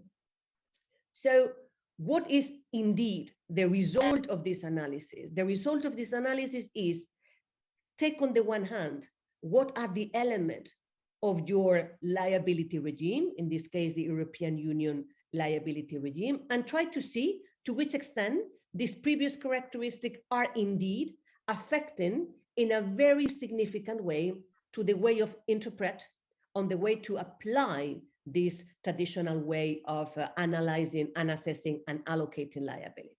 So this is, as you can see, the first part that is the result of the expert group in 2019. Now, what is the current situation? The current situation is the European Union is considering the following policy routes, the policy option. The first one is no action at all. So we have a puzzle of different liability regimes, from contractual liability to extra contractual liability, and we do not modify the existing regime, and we apply all these regimes exactly to the same extent that any other situation, any other factor situation. Second possibility, it may happen that this characteristic required an interpretation, a substantial, renewed, updated interpretation of the law because of the characteristic so distinctive of artificial intelligence system. Let me please give you a very, very illustrative example. If we have, in the case of European Union, we have a legal regime for defective product. So liability arising from a defect in a product. Is an artificial intelligence system a product? Do we need an interpretation effort in order to consider that a smart product, that's it, a product incorporating artificial intelligence system is a product? Do we need, can we solve this problem simply with an interpretation effort? That is, in my opinion, the second option that any legislature to take into consideration. Naturally, the third possibility is let's reform our current system in order to embrace the specificities of artificial intelligence system. So the third possibility is naturally to reform. And the European Union is considering reform in the defective product liability directive. Interpretation might not be sufficient. Maybe we have to go further and reform. And the next option that you legislator may take into consideration is to design a new system adapted to artificial intelligence system. As I will show you in a minute, that was one of the possibilities that was pondered by the European Parliament when in 2020 drafted a proposal for a regulation, so the maximum harmonization possible, a regulation for liability for damages caused by artificial intelligence systems. So as you can see, this is a vertical pillar, is AI specific, and what it's trying to do is to insert a new component in the puzzle. The current components are not sufficient, we need a specific pillar. So let me go further. In order to consider what is the best option, what a legislator should take into consideration, in my opinion, the following four aspects. The first one is who we want to be liable. So to whom we want to allocate and attribute the liability. If the liability system is working well, it's going to be an incentive allocating mechanism and has to be effective and fair and justified. As I will show you in a minute, let me know if I am okay with the time, please. But as I will show you in a minute, the possibilities are the producer, the operator, the third party, the user, we will see. But the decision is important, who, because this who is the one who should take the most effective preventive measure to mitigate the risk, the exposure to liability. The second aspect that, in my opinion, should be taken into consideration is on which ground we want to attribute liability. Risk, fault, defect, or conformity. lack of conformity. And that immediately lead us to different components. For example, if we think that the problem is a problem of risk, we will tend to apply objective liability regime. If we think that at the very end is a problem of defect and a problem of security and safety standards, we will apply defective product liability. We will apply safety product and security standards, essentially. The third question, in my opinion, that should be taken into consideration is what kind of damages we want to compensate. What are the main risks that indeed we want to mitigate and alleviate? Big damages, massive damages, personal, patrimonial, economic losses. So that should be taken into consideration because some of these liability regimes may have limits in terms of compensation. And finally, another thing that shouldn't be ignored, nor disregarded, is to which extent this characteristic that we have been discussing before, opacity, complexity, vulnerability, that happened in the artificial intelligence ecosystem, to which extent that impact on the procedure, on the legal action, on the judicial procedures that victims has to initiate and carry out in order to get the compensation.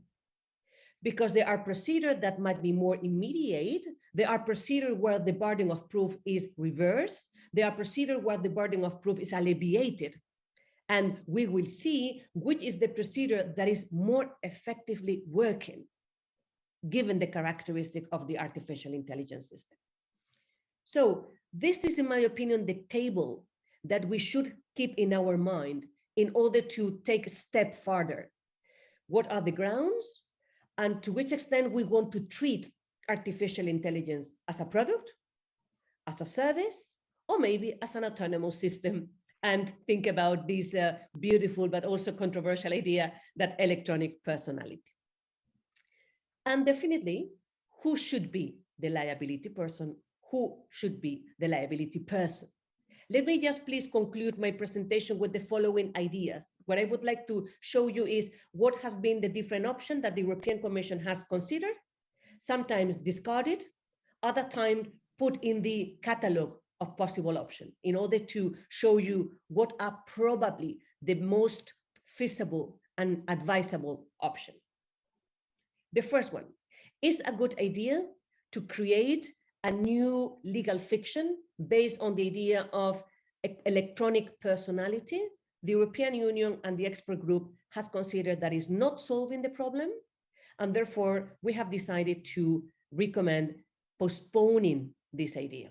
The idea of, as you know, electronic personality would mean that we attribute the liability and therefore the compensation obligation to the system itself.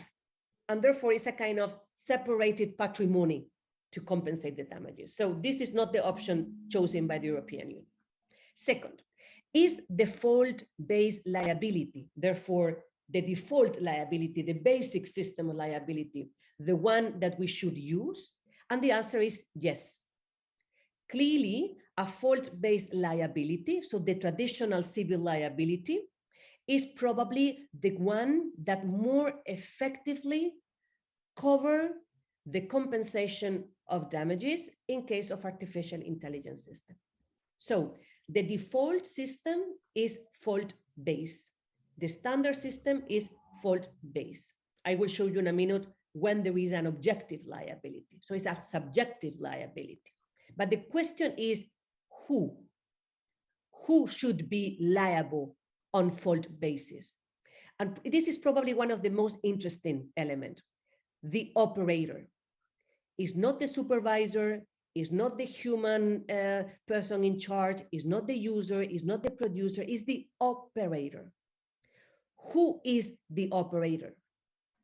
The operator is the one where two elements converge: control and benefit. So the operator is the person who controlled the risk of the system and, very importantly, benefit from exploiting the artificial intelligence system. The hospital who decide to incorporate in the system not only human staff, but also the Da Vinci robot. The company that decide to incorporate assistant robot in the system. The bank who decide to incorporate a credit scoring in the provision of services. This is the operator. And the operator will be liable on fault basis, subjective liability. However, as you can see, there are cases where a strict liability might be justified, might be reasonable, might be effective. When there are factual circumstances that justify or endorse the need of a risk-based liability. How can we do that? Two possibilities.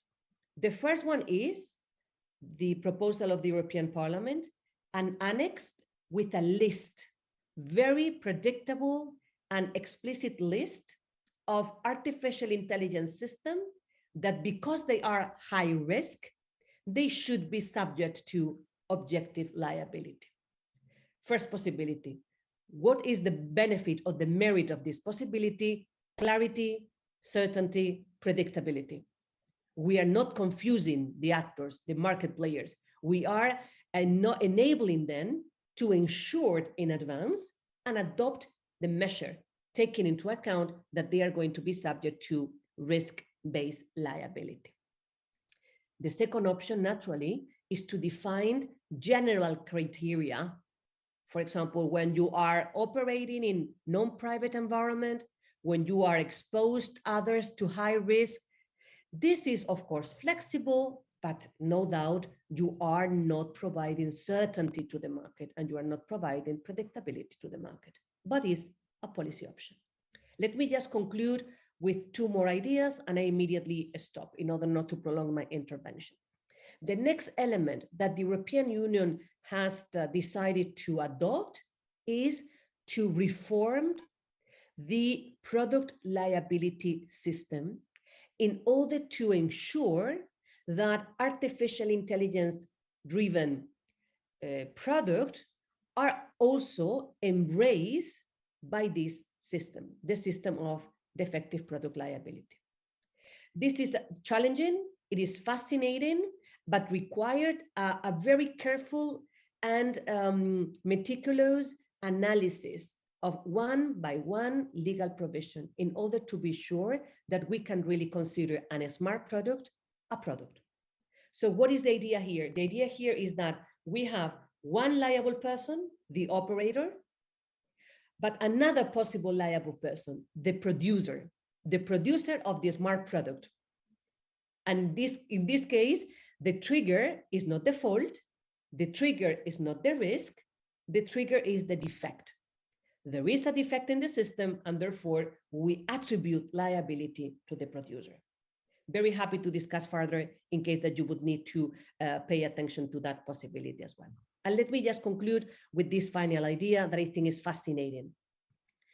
A smart product, so those systems or ecosystems that incorporate artificial intelligence system, Internet of Things, interconnected devices, platforms, DLT, they are becoming more and more complex. And the victim, vis-a-vis this system, is completely unprotected. Why? Because it's very difficult to understand who is behind, how many providers are there, who is indeed the liable person there. And so what was the idea? And I conclude here, the idea is to reconsider the concept of product and start talking about ecosystem or technological unit. Vis-a-vis the victim, where we have on the other side is a technological unit. No matter who is the liable person, the victim go to any of them, Alexa, or the producer or the provider of these devices that you have in your smart home, no matter who, and all of them are jointly and severally liable vis-a-vis the victim. So I conclude here, very happy to discuss further or to clarify any of the point, but the main idea is we have different policy options. They should be considered carefully and they should be coherently integrated in the legal system in order to guarantee that indeed the system is not providing a privilege or undermining, on the other hand, one of the technology only on the grounds of that technology. Thank you very much.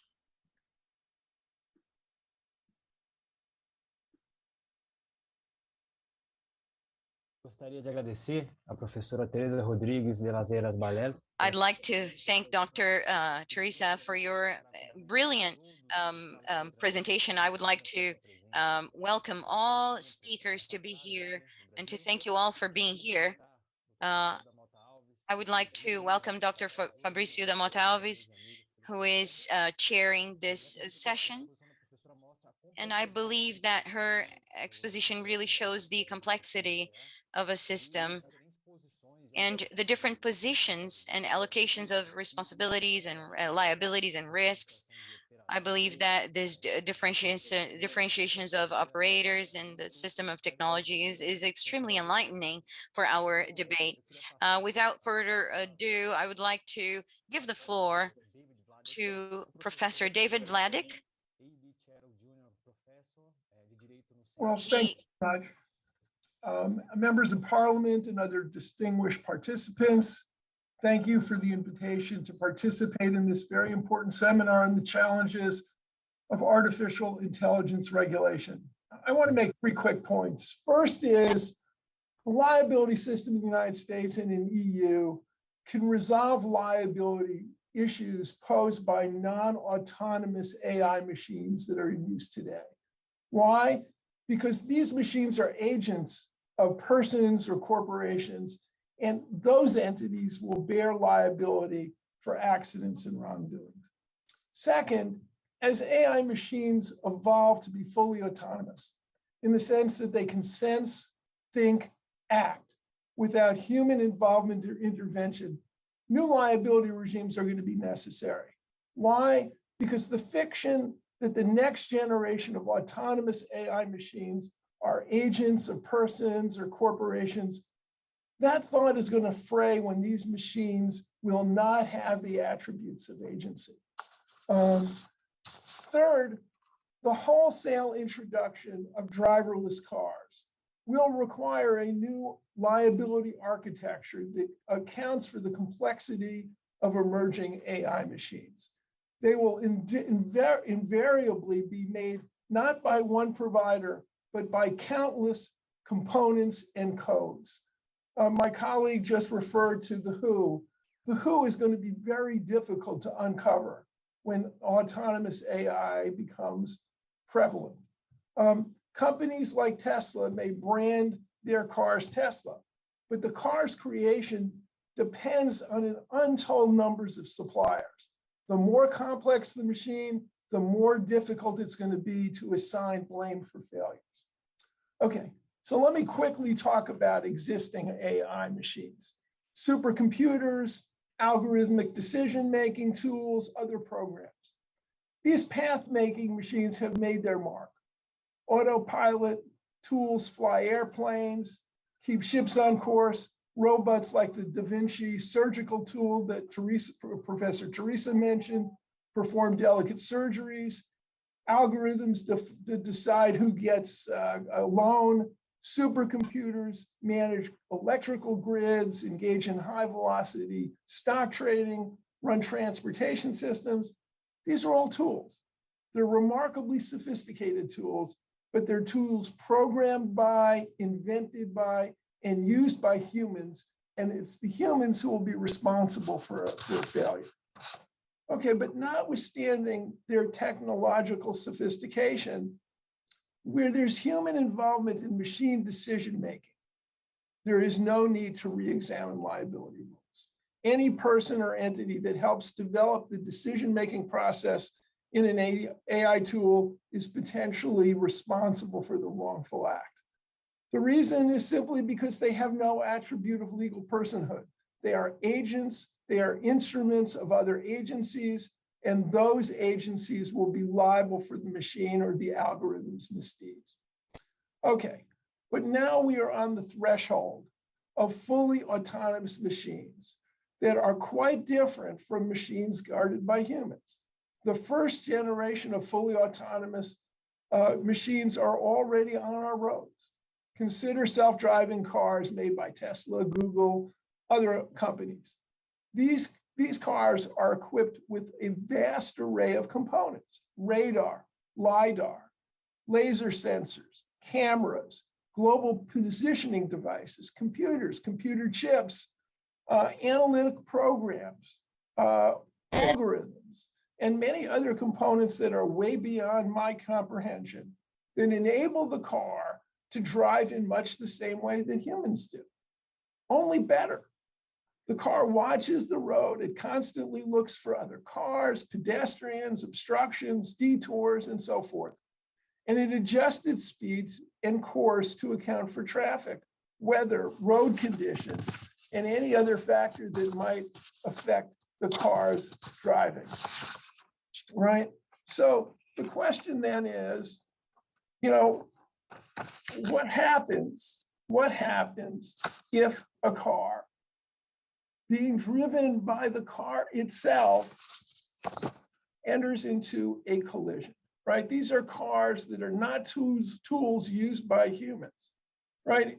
One thing I urge you to do is go on YouTube and watch the thousands of videos of Tesla drivers sound asleep as their car barrels down highways, right? That's the whole point of a Tesla or a other, driverless car, right? They act independently of human instruction based on information the car itself acquires and analyzes, and it makes highly consequential decisions in circumstances the machine's creators cannot possibly address.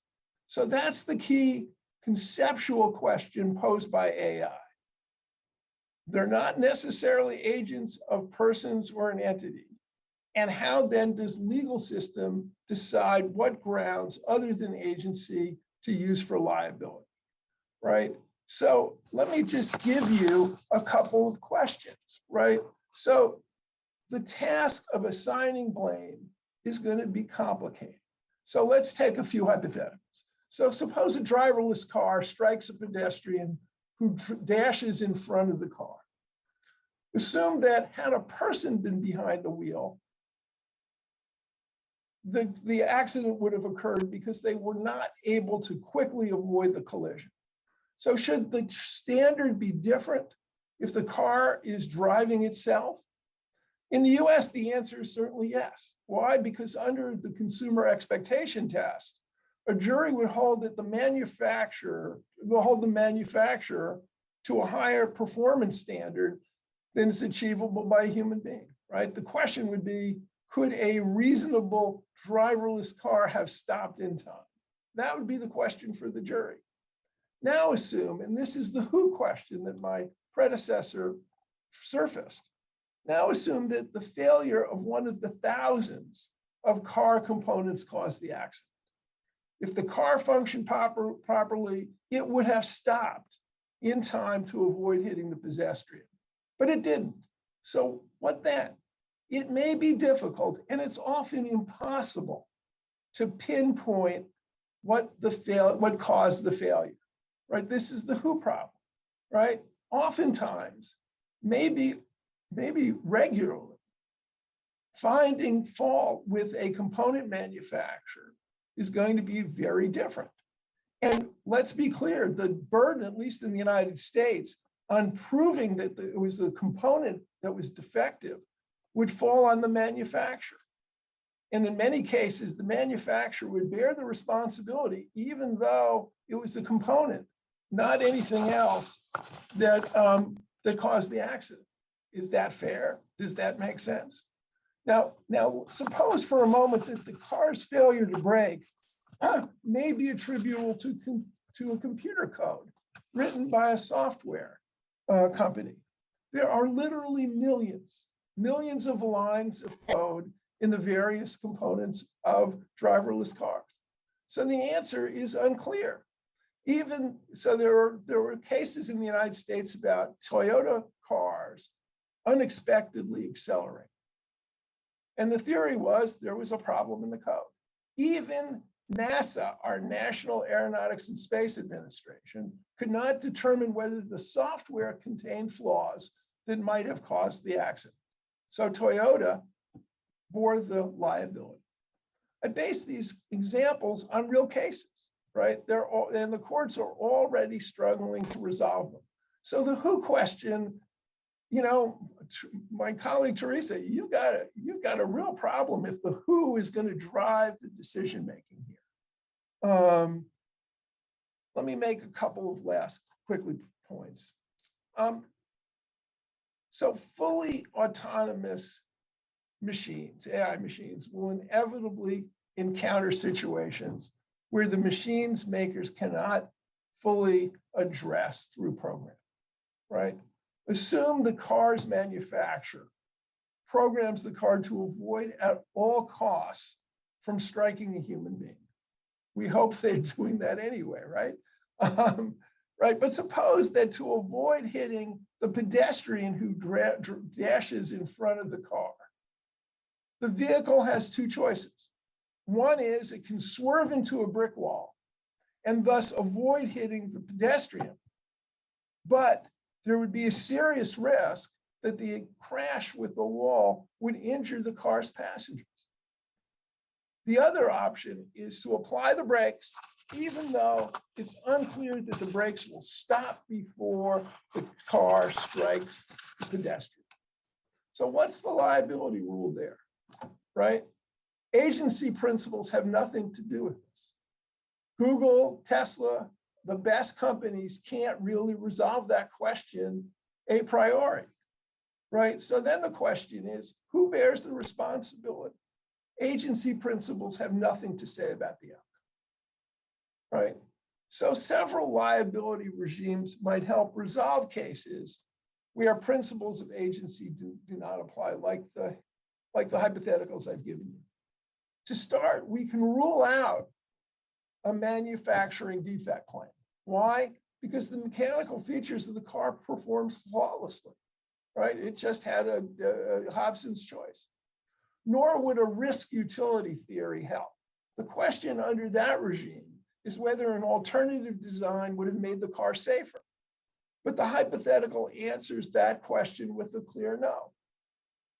There was just a difficult choice that had to be made, right? Should there be a strict liability regime as Professor Teresa discussed? Well, the theory may be that the manufacturer is the best cost avoider. That's often the sort of the default that tort regimes go to. You know, or would that approach miss the more salient point with respect to AI machines? That is the most technologically complex part. The automated driving system, the radar and sensors that guide them, the chips, the coding, the radar, the computers that make the car's decisions, they are the most prone to undetectable failure. So do we get them off the hook by simply placing strict liability on the manufacturer? It may be the best way to allocate responsibility, right? To apply strict liability theaters and hold the manufacturer or seller liable, essentially a no-fault regime. But that approach is simple, it's easy to apply, but it may often place the economic burden on the wrong actor. So my view is that given the complexity of AI machines and the serious difficulty of finding a single actor to blame for an accident, liability rules may gravitate to forms of common enterprise liability. Common enterprise theories embrace the idea that each entity within a set of interrelated companies may be jointly held liable. And maybe every component manufacturer should have to chip in something on the theory that maybe it was its component that failed. But the approach to having manufacturer liability is that at least guarantees compensation for the injured party. There are other suggestions that would avoid having the creators of advanced AI machines bear the cost of accident, even when there's no hint that it was the manufacturer that failed. One argument, which is a bit out there, but is to simply reconceptualize what constitutes personhood, right? US laws have generally conferred personhood on corporations and on other legal entities. Conferring personhood on, on AI machines makes them principals in their own right, with legal obligations such as self-insurance. There have been proposals along those lines in the United States. This is a different kind of cost spreading than focusing on the machine's creators. And it may have a virtue, which is necessitating a broader audience, including the vehicle's owner, in funding the insurance pools. That may be fair. Now, the point I'm trying to make here is not to propose a litigation or liability system that takes into account the emergence of autonomous AI machines. We're going to have to, I think, adapt as we go along. Legal systems, by and large, adapt to new entrants. The famous case in the United States is McPherson versus Buick, which ended privity. So if you bought a Buick and it failed, you could sue Buick rather than the dealer. But I want to underscore that I use driverless cars as an illustration to the problems that are going to inevitably surface without regard to what function an autonomous machine or program serves. The key point is that autonomy changes everything. It explodes reliance on traditional notions of agency, and it's going to require a new set of norms. And Professor Teresa, I loved your slides, but you're going to have to solve the who problem, because that goes to the core of the concern about AI liability, right? Do you just simply resort to a manufacturer liability and let the manufacturers figure out how to build in those costs? Or do you try to drill down and figure out who's really responsible? In any event, I'm very delighted to be here. I was very intrigued by Professor Teresa's presentation. I'm looking forward to my next colleague's talk as well. Thank you. Muitíssimo obrigado, Professor Thank you David. very much, Professor Vladek, for your contribution, which undoubtedly brings us a lot to reflect upon. I must say that Professor has presented us a very rich panorama on the possibilities of including systems on the liability from the North American perspective. Aside from that, the professor has shown us the importance that should represent the subject on autonomy. The autonomy degree of an artificial intelligence is one of the components of the decisive components in order to understand the civil responsibility.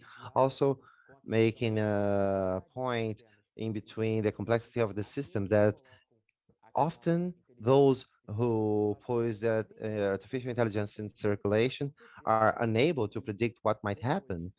And then in the appraisal, and they are also unable to determine, now talking about autonomous vehicles, driverless cars on the black boxes, whether would they be useful in order to understand the case of driverless cars.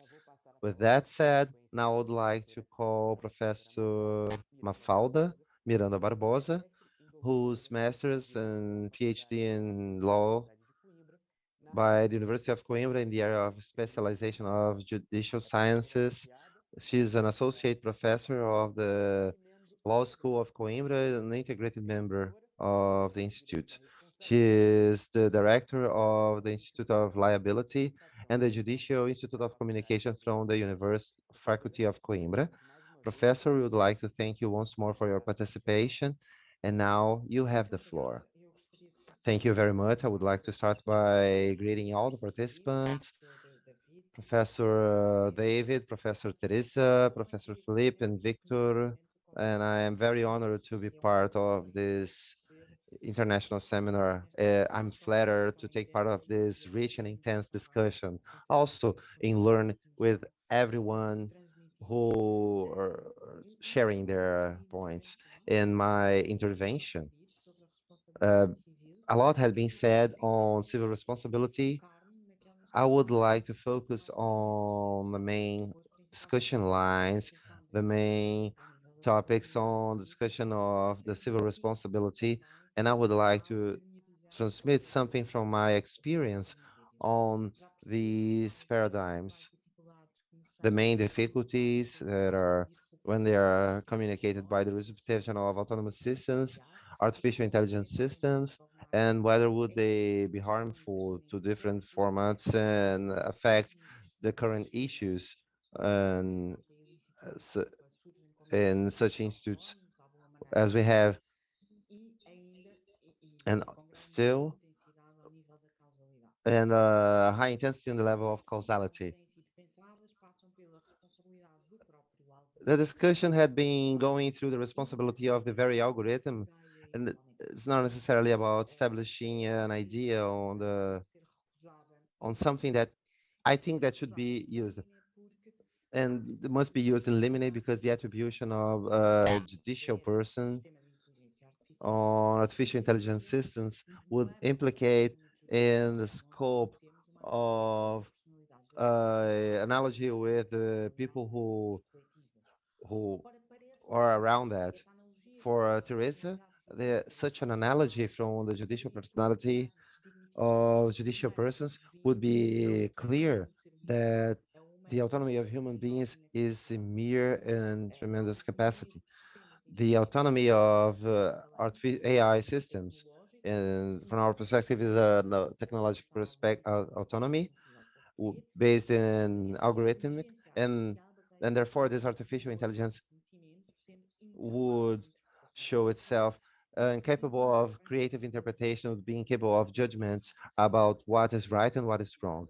It will be always conditioned by the inputs of the programmer, and therefore responsibility should not be something suggested in the philosophical sense.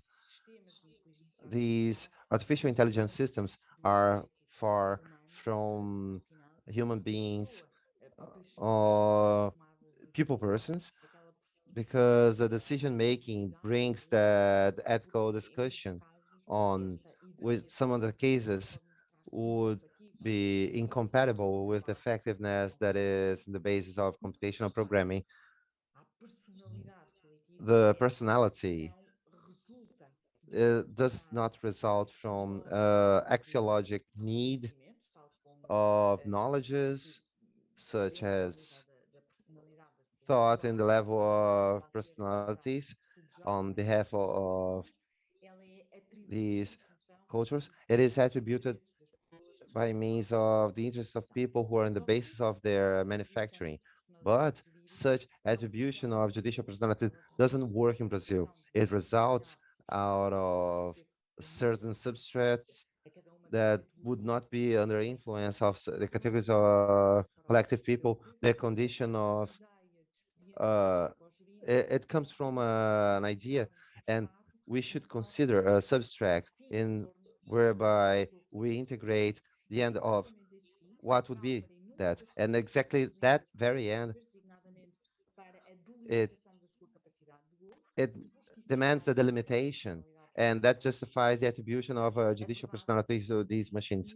Of course, we cannot distinguish an end to the attribution of judicial personality to algorithms, to AI systems, unless the liability based.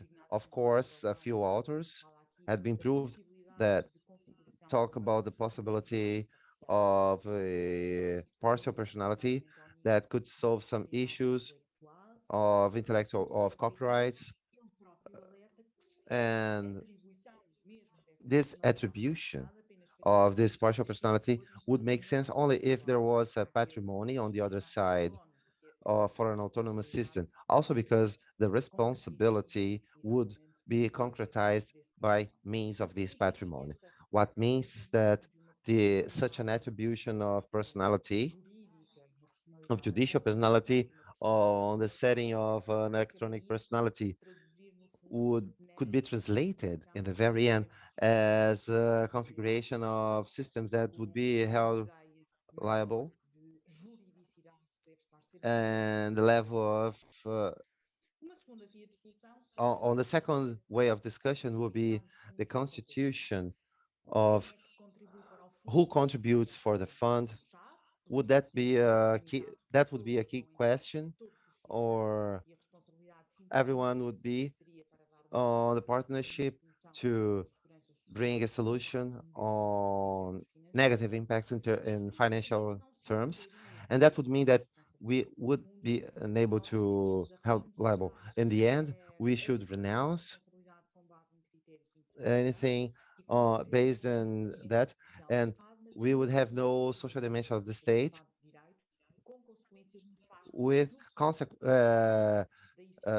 several consequences on the effectiveness of these functions, because it would contribute to an increase in opacity that has been already mentioned, and that would contribute to an increase on the loss of the preventive sense that could be known on the civil responsibility and these rights.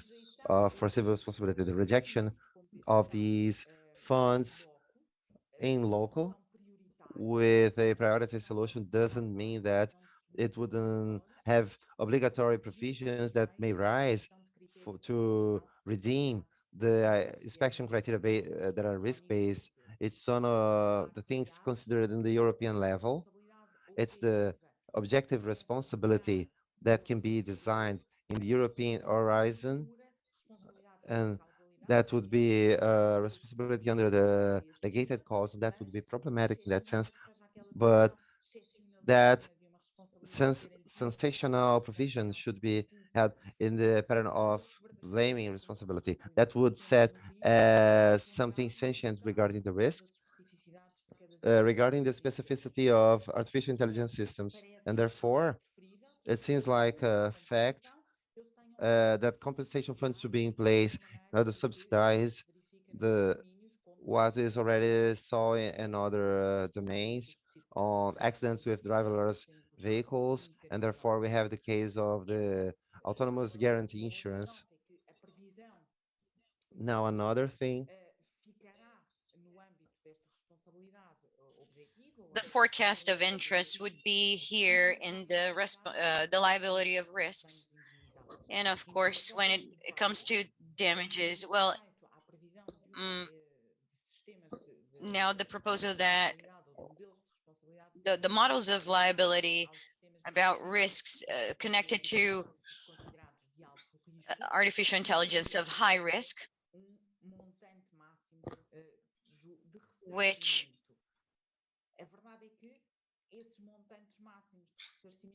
so this needs to be carefully thought through, because if we take into account the impact that artificial intelligence can have, the limits that many times they can be predicted, or that can actually be insufficient.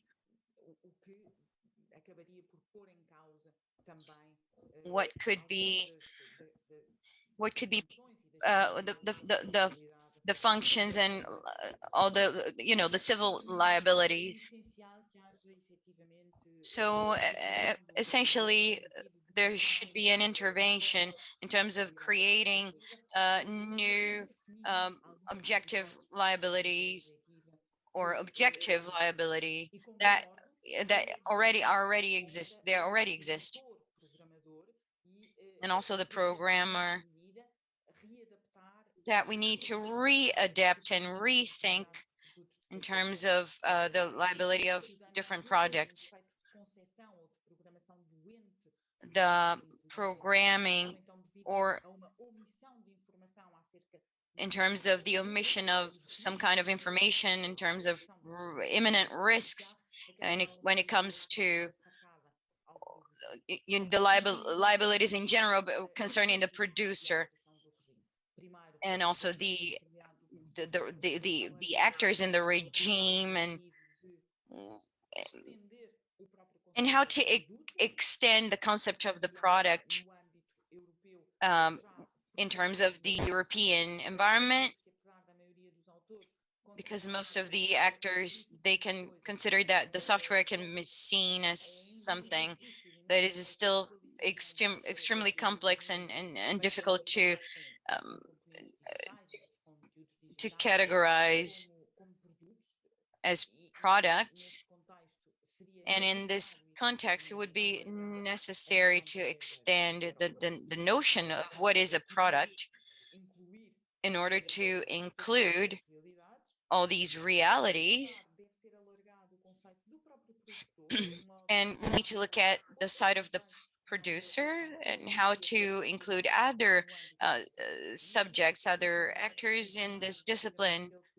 And of course, how to recondition the product so it's not confused with what comes from the product as well, but also to include the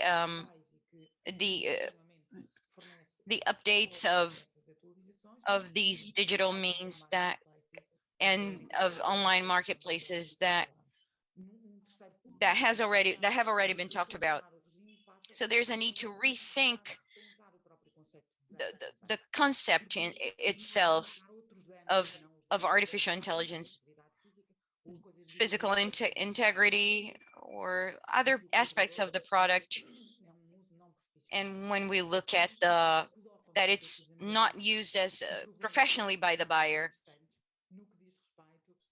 it's interesting when it comes the various damages in terms of patrimonial damages and rights that are connected to these other areas. And therefore, the idea of damages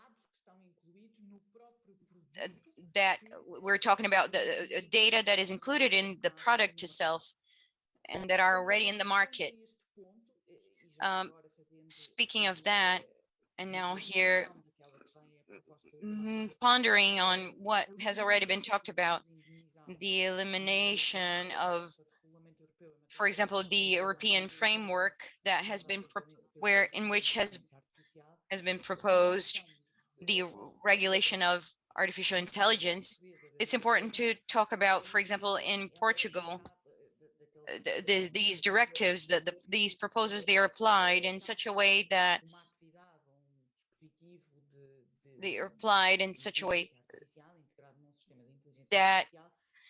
the systems of artificial intelligence can cause any damages or any losses or non-patrimonial damages that can result into an economic loss. From a dogmatic standpoint, it's important to look at the systems based on fault and also non-patrimonial damages. If this is strange from a dogmatic standpoint, we could say that, for example, in a collective way, in detriment of what could be done. Of course, that these damages are not only patrimonial, but they're present in many different situations, and there's high liability here. And it seems to me fundamental that we take into account that there's no sense in looking at autonomous systems, damages caused by autonomous systems alone, but the interaction with human beings, which means that on a general European framework, there are no rules in terms of these damages, only in institutions, specific institutions, and that should effectively, they should actually make sure that this is taken into account, and to call attention the rules and the contractual rules, for example, in the acquisition ecosystem, or on the market levels, the financial markets, but looking at that idea of the producer again. Fourthly, I would like to say that this discipline, the focus here would be to extend the when we talk about the risk of development. So the producer or the programmer is continually promoting the entrance into the market of intangible products. So it shouldn't be, there shouldn't be a focus only on the product. But of course, when we talk about civil liability of new technologies, but of course, the risk of development should be predictable, or when we talk about,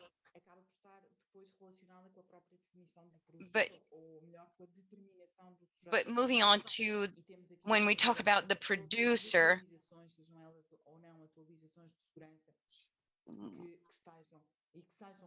as I have talked about before, it's essential to make the operator liable, especially when we talk about the European framework, because this will in the end solve some problems, and it will give answers, or it will give more broad answers as to how to make the proprietor liable, or the operator. And with this double nation of content operator or backend operator, we are able to, in fact, find an advantage here that is conceptual in terms of operation. And when we talk about the legal point of view, the liability will be limited in this case by the assessment of risk, because in terms of responsibility and liability that is objective for the risks, it could not be included in this kind of framework here. So this makes very important to mention that this proposal that is complementary, there could be an eventual liability for the risk that would only be applied in this moment for cases of high risk of a system that can cause damages to one or more people in a random way, and that exceeds the predictions. So in that case, depending on the degree of risks and the probability of materialization of risks and the context of the utilization of the system of AI.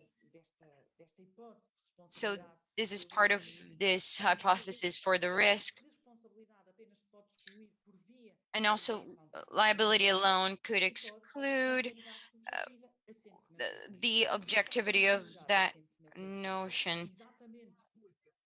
Now, it's important to say that the fault can't be it can't quite be proved in an autonomous way, and here it can be set in a subjective way that aggravates the case of liability itself, because in these hypotheses, these systems that are not only of high risk, we're talking about the fault-based systems, and we're also excluding the possibility for the operator to prove the absence of fault, and even adopting all the necessary measures here, or what even was observed and when we talk about various procedures. But definitely it's important to look at the various autonomous and Of course, the operator should respond to the use of that kind of artificial intelligence in order. Now, this forecast of a system seems reasonable, and also it could determine a level that is plausible, that we need to question whether this would be applicable depending on the case and depending on the criteria as well. Or if we should focus on the level and the settings of systems of liability, regardless of fault. I would say that the dogmatic criteria of operators and about different systems and potential risks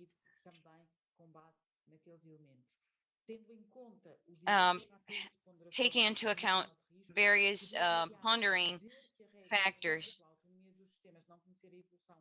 And of course, it's important to look at various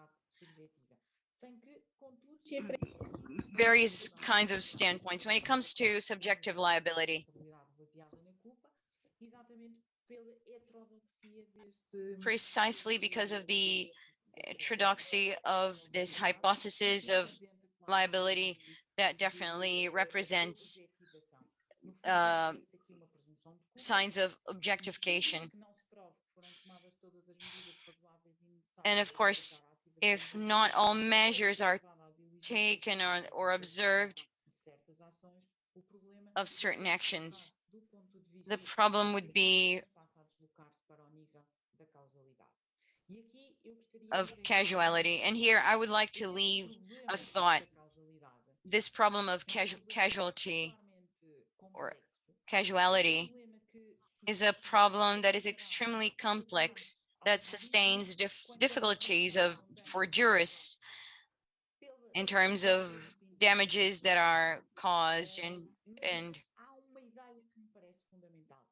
now there is something that is essential here, that confluence of multiple causes, and they're not exclusive of this situation, of this reality.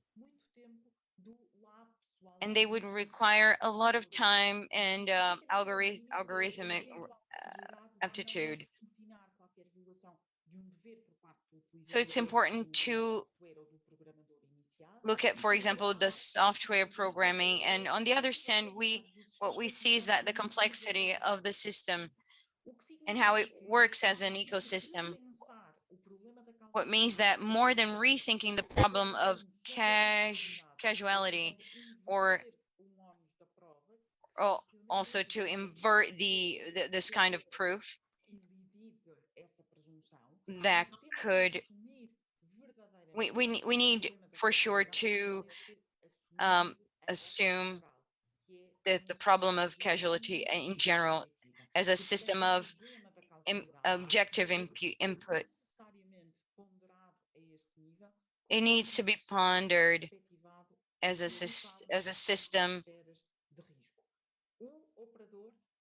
of, we look at spheres of risk in terms of taking responsibility for risks.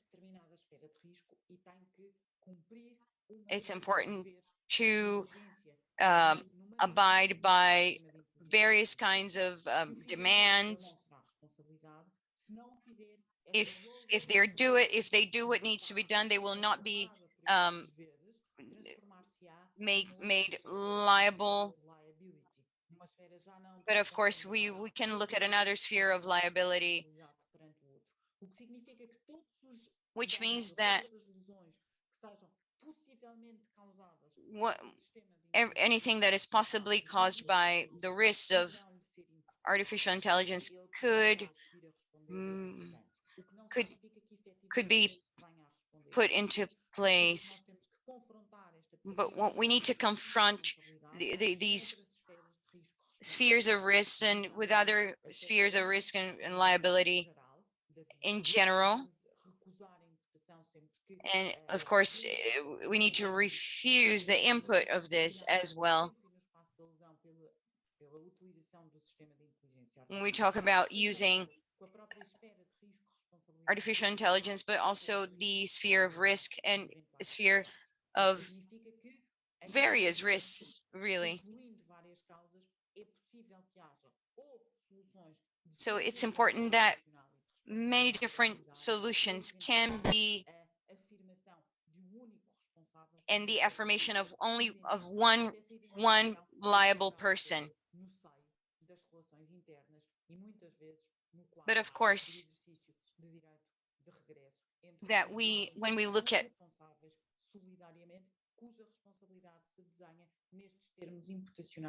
so obviously the liability here, and we talk anyways. So thank you so much for your attention.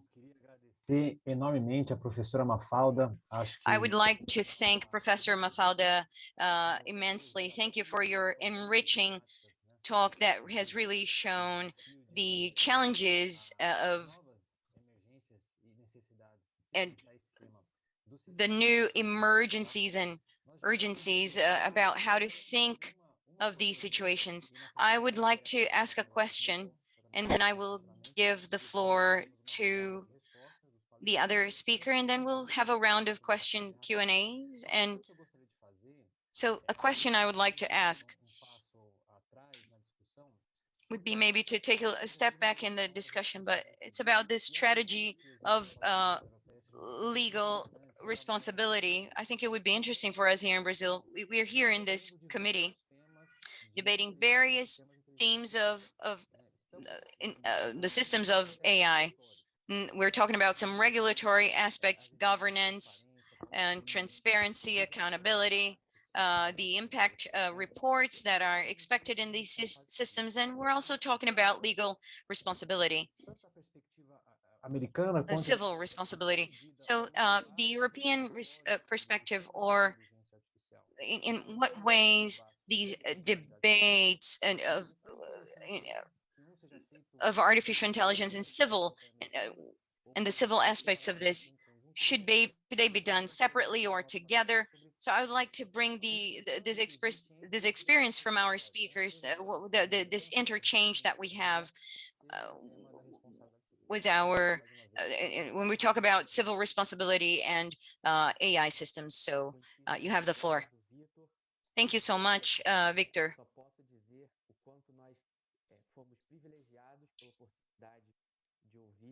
Nessa mesa aqui, de aprender muito, falas muito complementares. Very complementary talks, bringing very particular realities from each law system that we are checking here. The questions that I prepared, they are very objective.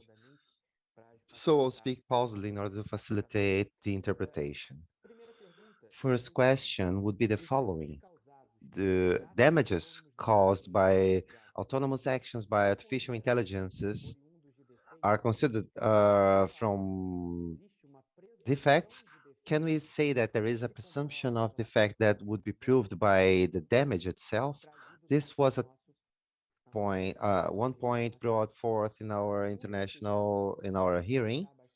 The second question, to make it clear, the responsibility of the operators that's been discussed in European Parliament would be different from the responsibility of the manufacturers that here in Brazil would be safeguarded by the consumers code, and that which in Europe has its own directive, as Professor Teresa Mafalda said, that is being updated right now. So I'd like to confirm whether this understanding is applicable, because we often hear different things.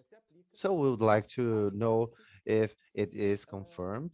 And aside from that, the discussion of the European Parliament is, does the European Parliament discussion still understands that the figure of the operator would match the manufacturer? Will it be applied to the normative of the producer when there is a coincidence between manufacture and operate. Aside from that, a very objective question is the idea that high-risk artificial intelligences are defined in abstract, in an annex. Wouldn't it be too rigid? What to do in such a case of an artificial intelligence that when it is deployed and it shows being low risk, but alongside its usage, would it become high risk? So can we abstractly understand that by considering the different types of artificial intelligence, giving one single judicial exit in such a subject with so many levels of autonomy, so many risks and subjects involved, that if the state is present, we have state responsibility. If we have customers and suppliers present, there will be a responsibility by the customer's code. And finally, we need to be careful in order not to mirror ourselves, as my colleague Victor said, in a legislation that isn't right yet. So I would like to ask, are there concrete signs of what will be approved by the European Parliament on that subject? And when will it be approved? Whether in USA, is there some proposals being forwarded on the subject? And finally, how will be accountability measures and damage prevention in this context? Will they be likely to be used in order to limit indemnization? Once more, I would like to thank you. And now I would like to call Professor Teresa and then Professor David and Professor Mafalda. Thank you very much for the excellent question. I follow the question in Portuguese, so I hope that I understood properly. Please correct me if that was not the case. Regarding the first question, that is an excellent one, because about the how is the regulatory strategy in order to address all the different angles, the challenging angles of artificial intelligence. The European Union at the moment is adopting or in process of adopting 4 different group of rules of different level related to artificial intelligence separately. On the one hand, regulatory aspect, the Artificial Intelligence Act that include audit, risk assessment, prohibition, limitation of uses, the first one. The second one are related to civil liability. So civil liability aspect has been discussed separately, and I will respond to the last question in a few minutes. And in case of being adopted, some kind of legal action will be outside the Artificial Intelligence Act and therefore separately. The third angle are the angles related to ethical aspect. And this has been so far crystallized in a set of recommendations. So soft law, aspect related to protection of democratic value, avoidance of algorithmic bias, all these kind of elements that are closer to the ethical aspect. They have not been incorporated as such in the other 2 elements that I have discussed.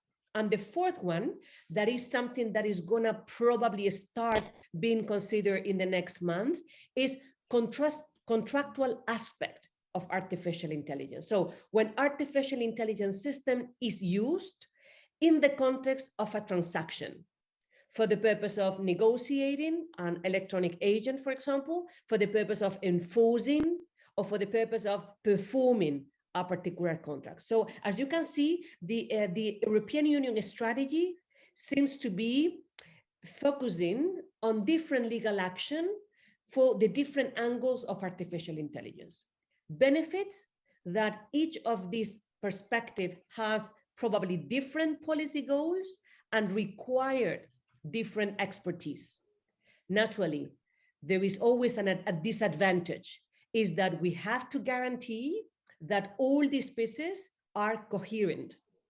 Let me give you one example that for me is probably revealing of the need of fitting everything. In the Artificial Intelligence Act, there is a classification of system as high risk or low risk. This classification is for the purpose of complying with certain regulatory requirements. But our question is if is designated as a high risk in the Artificial Intelligence Act, should be understood as subject to objective liability, because we need some kind of alignment between the two legal systems. So to conclude, at the moment, separately, civil liability has been discussed outside the other debate. The risk that has to be at least taken into consideration and mitigated to the maximum extent possible, proper consistency among all the different elements. Very quickly, I will respond to the four questions by Felipe. Thank you very much. The first one is one of the discussion about defect in the context of the defective product liability has been to which extent we can consider that an autonomous artificial intelligence system adopting a decision could be in a situation of a defect, because that would be like saying that a human decision-making is defective. Might be wrong, might be lacking a specific or accurate information, but it's not defective per se. So the concept of defect, that is the pillar of the defective product liability, has been questioned critically in the context of artificial intelligence decision-making. So I agree with you, it's a key point. It's a very important key point. The next one is the distinction between operator and producer. You are completely right. The possible regulation of an artificial intelligence liability system would be for attributing liability to the operator separately, and therefore, in addition, the producer might be liable as well because there is a defect. And I connect with the previous question to the extent that defect in artificial intelligence makes sense. What happens if they are the same one? Even if they are the same one, the trigger, so the grounds are still different. In the case of the operator, the grounds are fault, duty of care, breaching duty of care.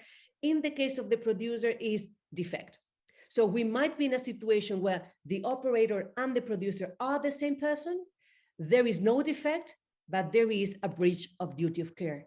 We don't apply defective product liability. We do apply fault-based liability for the operator, even if it's as well the producer. The next question is excellent question about the way to define high-risk system for the purpose of applying objective liability. The list in an annex produce predictability, but certainly ignore something that is fundamental. There is the evolution of this artificial intelligence in the market, the existence of mixed or hybrid AI system in the market, high risk with low risk operating together. The fact that a system that initially is not high risk system, however, becomes risky in the process of deployment. So I completely agree with you that predictability is one of the merit of a list, but it's definitely a significant weakness that is not embracing the dynamics of the market. So defining a framework with criteria would be definitely, in my opinion, a better solution. Finally, the question about the situation in Europe. So far, the European Parliament has proposed this resolution to the European Union Commission that should take the initiative. So we don't have at the moment any legal act on liability that is going to be decided in the next month. So probably next year will be very important in terms of reforming the defective product liability and considering the need or not of adopting a new legislation. So in that regard, there is a high level of, I would say, uncertainty. I cannot give you so far any more detail on that. Thank you very much. Muito obrigada.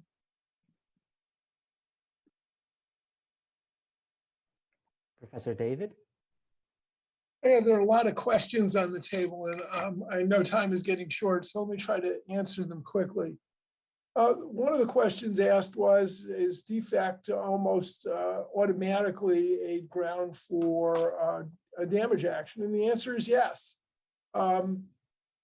Even any of these autonomous systems can have a defect in them which causes injury, and that is a standard right of action under US law. and common law.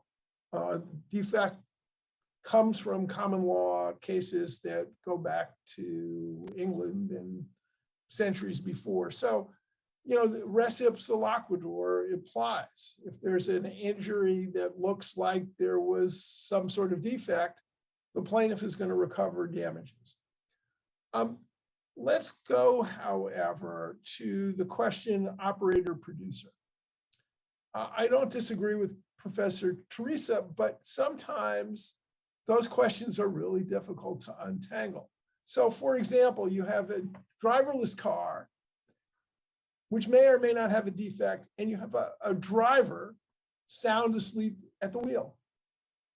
There's an accident. Now, I think Professor Teresa would say they're both liable, right? The driver's sound asleep and the car has faulted. But suppose the driver's sleep is immaterial to the injury. In US, the car manufacturer would then end up being liable even though the driver was sound asleep at the wheel. Why? Because the but-for cause of the injury was not the sleeping driver, it was a defect somewhere in the car. Now, more complicated is the company, the manufacturer of the car may want to get indemnification from a component manufacturer. That would be the sort of normal process in litigation in the United States, but then it would be up to the manufacturer to isolate what the defect was that caused the accident in order to get indemnification. So those are difficult questions. In terms of what the United States is doing with autonomous AI,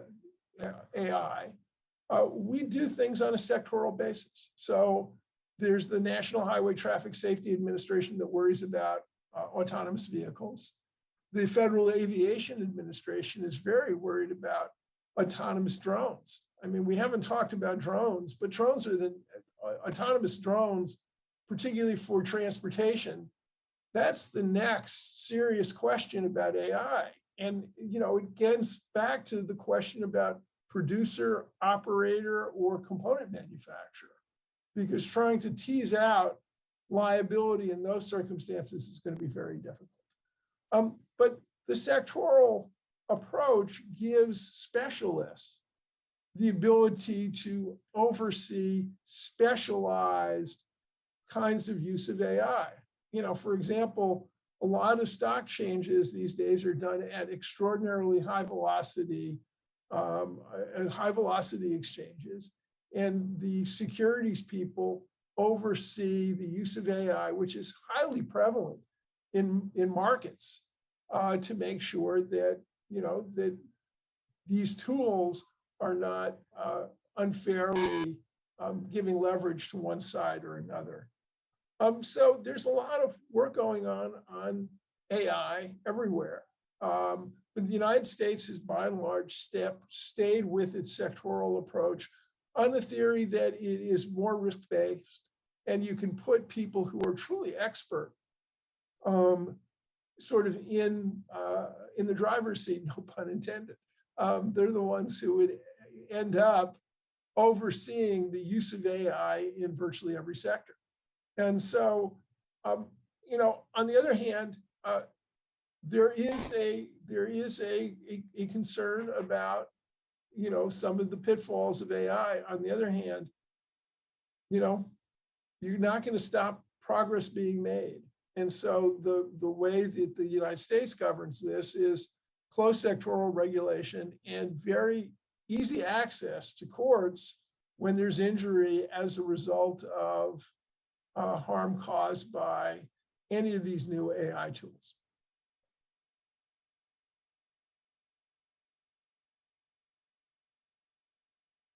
That's it. I think I've answered all the questions that I was able to sort of write down. Thank you so much, Professor. Muito obrigado, Professor David. Professor David, thank you very much. Now I would like to call Professor Mafalda. Thank you very much for these questions. And I think that on the contrary of the other panelists, I will be unable to answer all of them because some of them have been already sufficiently answered by my fellow panelists, but I think that there are a few ideas that can be fundamental regarding that. One of them that I would like to, three ideas actually.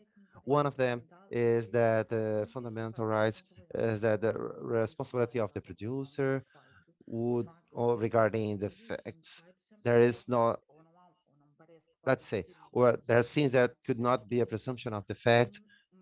Let's say there is any damage in a artificial came that was originated by artificial intelligence system, such as eugenics isn't possible and other products. Considering that there is a defect and only because there is a damage that has been exaggerated by that product, because the presumption of defect is related to to safety as we can reasonably expect from that when we have a rather subjective dimension on the conception of defect, what does not mean that it cannot unfold into risks coming from the usage of artificial intelligence systems. And in fact, some defects can be defects of programming, defects of construction. Let's say, for example, the existence of determinate mechanisms that give some vulnerability of the systems, etc. And then an idea that seems extremely important to me is that the programmer or producer will be obliged to follow up the product exactly because the the the the moment we live now cannot be considered only when the product is bought, but the constant and the update of them from a perspective not from that objective responsible liability, but having on subjective liability, the producer may be called someone to respond in court if he has submitted certain context or with regard to the software, as it can be also called for those who could highlight the error or the fact. Here we are talking about subjective liability and not on the objective liability. Another idea that I think it seems fundamental to me has to do with the so-called problem on the definition of the high risk or low risk systems, whether is it possible to crystallize these systems into one or another. And I think that it is critical that there is a critique that I would like to forward to the level of these bias. There is a certain objection on the regulation of and the creation of diplomas that should present a plethora of definitions, the long, extensive lists. What we forget is that the essence of law construction concepts are often indeterminate, that they are later concretized due to the remission in concrete cases, due to the remission on the principles that allow us to understand the compliance of this very same concept. And that then it is fundamental having a reasoning, even though this is an analogy, that such an analogy must be appropriately contributive in a epistemologic perspective so that we can understand the systems and the liability. Therefore, it seems a fact that it is a lot more important that the crystallized procedure that could be constantly adapted due to the rise of new systems and mechanisms of artificial intelligence, and defining clearly what are the parameters that allow realizing that there is a predictability that justifies imputing a liability which regardless of blame, of guilt. Another thing that I would like to share is that this option on the European Commissions on the regulation of the problem on the civil responsibility by artificial intelligence in terms of and there's an advantage and also a disadvantage. There are advantages for the uniformity, the legislative uniformity that will establish the European framework, but there are disadvantages, and these disadvantages go through as the need for creating one single model that congregates several models and systems of civil liability in the European level, and the disadvantage of creating some dogmatic constraints due to mobilization, which is less rigorous in certain categories of civil liability on one hand, and the other hand is the risk that we can recognize when we try to debate the existence of an eventual uniformization of the civil responsibility in Europe, which would be a loss of wealth and the several civil liability systems with which we may not be embedded into our system. And that is to say that regardless of this regulation that there exists in the European level, but the concrete issues on civil liability caused by or based on the damage caused by artificial intelligence system cannot later on be part of the framework of the judicial context, where the very systems and the disciplines of civil liability that could be in other areas. For example, if we have discipline of our own on the liability of the state, whether exists any damage that is qualified due to a discriminatory decision on a public decision. Such discipline of the on behalf of the state should have be acted in our particular judicial organization that should be appropriate with the civil liability that would result for the operator. And therefore, we should have in mind whether the state is not the operator and how will that work with the operator state or the very liability of the state. And there are nuances on the state liabilities. So these were the ideas that I would like to share with you. Então, em breves palavras, queria agradecer enormemente à professora Teresa Rodrigues, ao professor David. So So I I'd would like like to to thank thank Professor. everyone for your valuable contributions, because they will be of great help for our debate here. The challenge is great because these issues are not well established yet, neither nationally or globally. So it is a pleasure.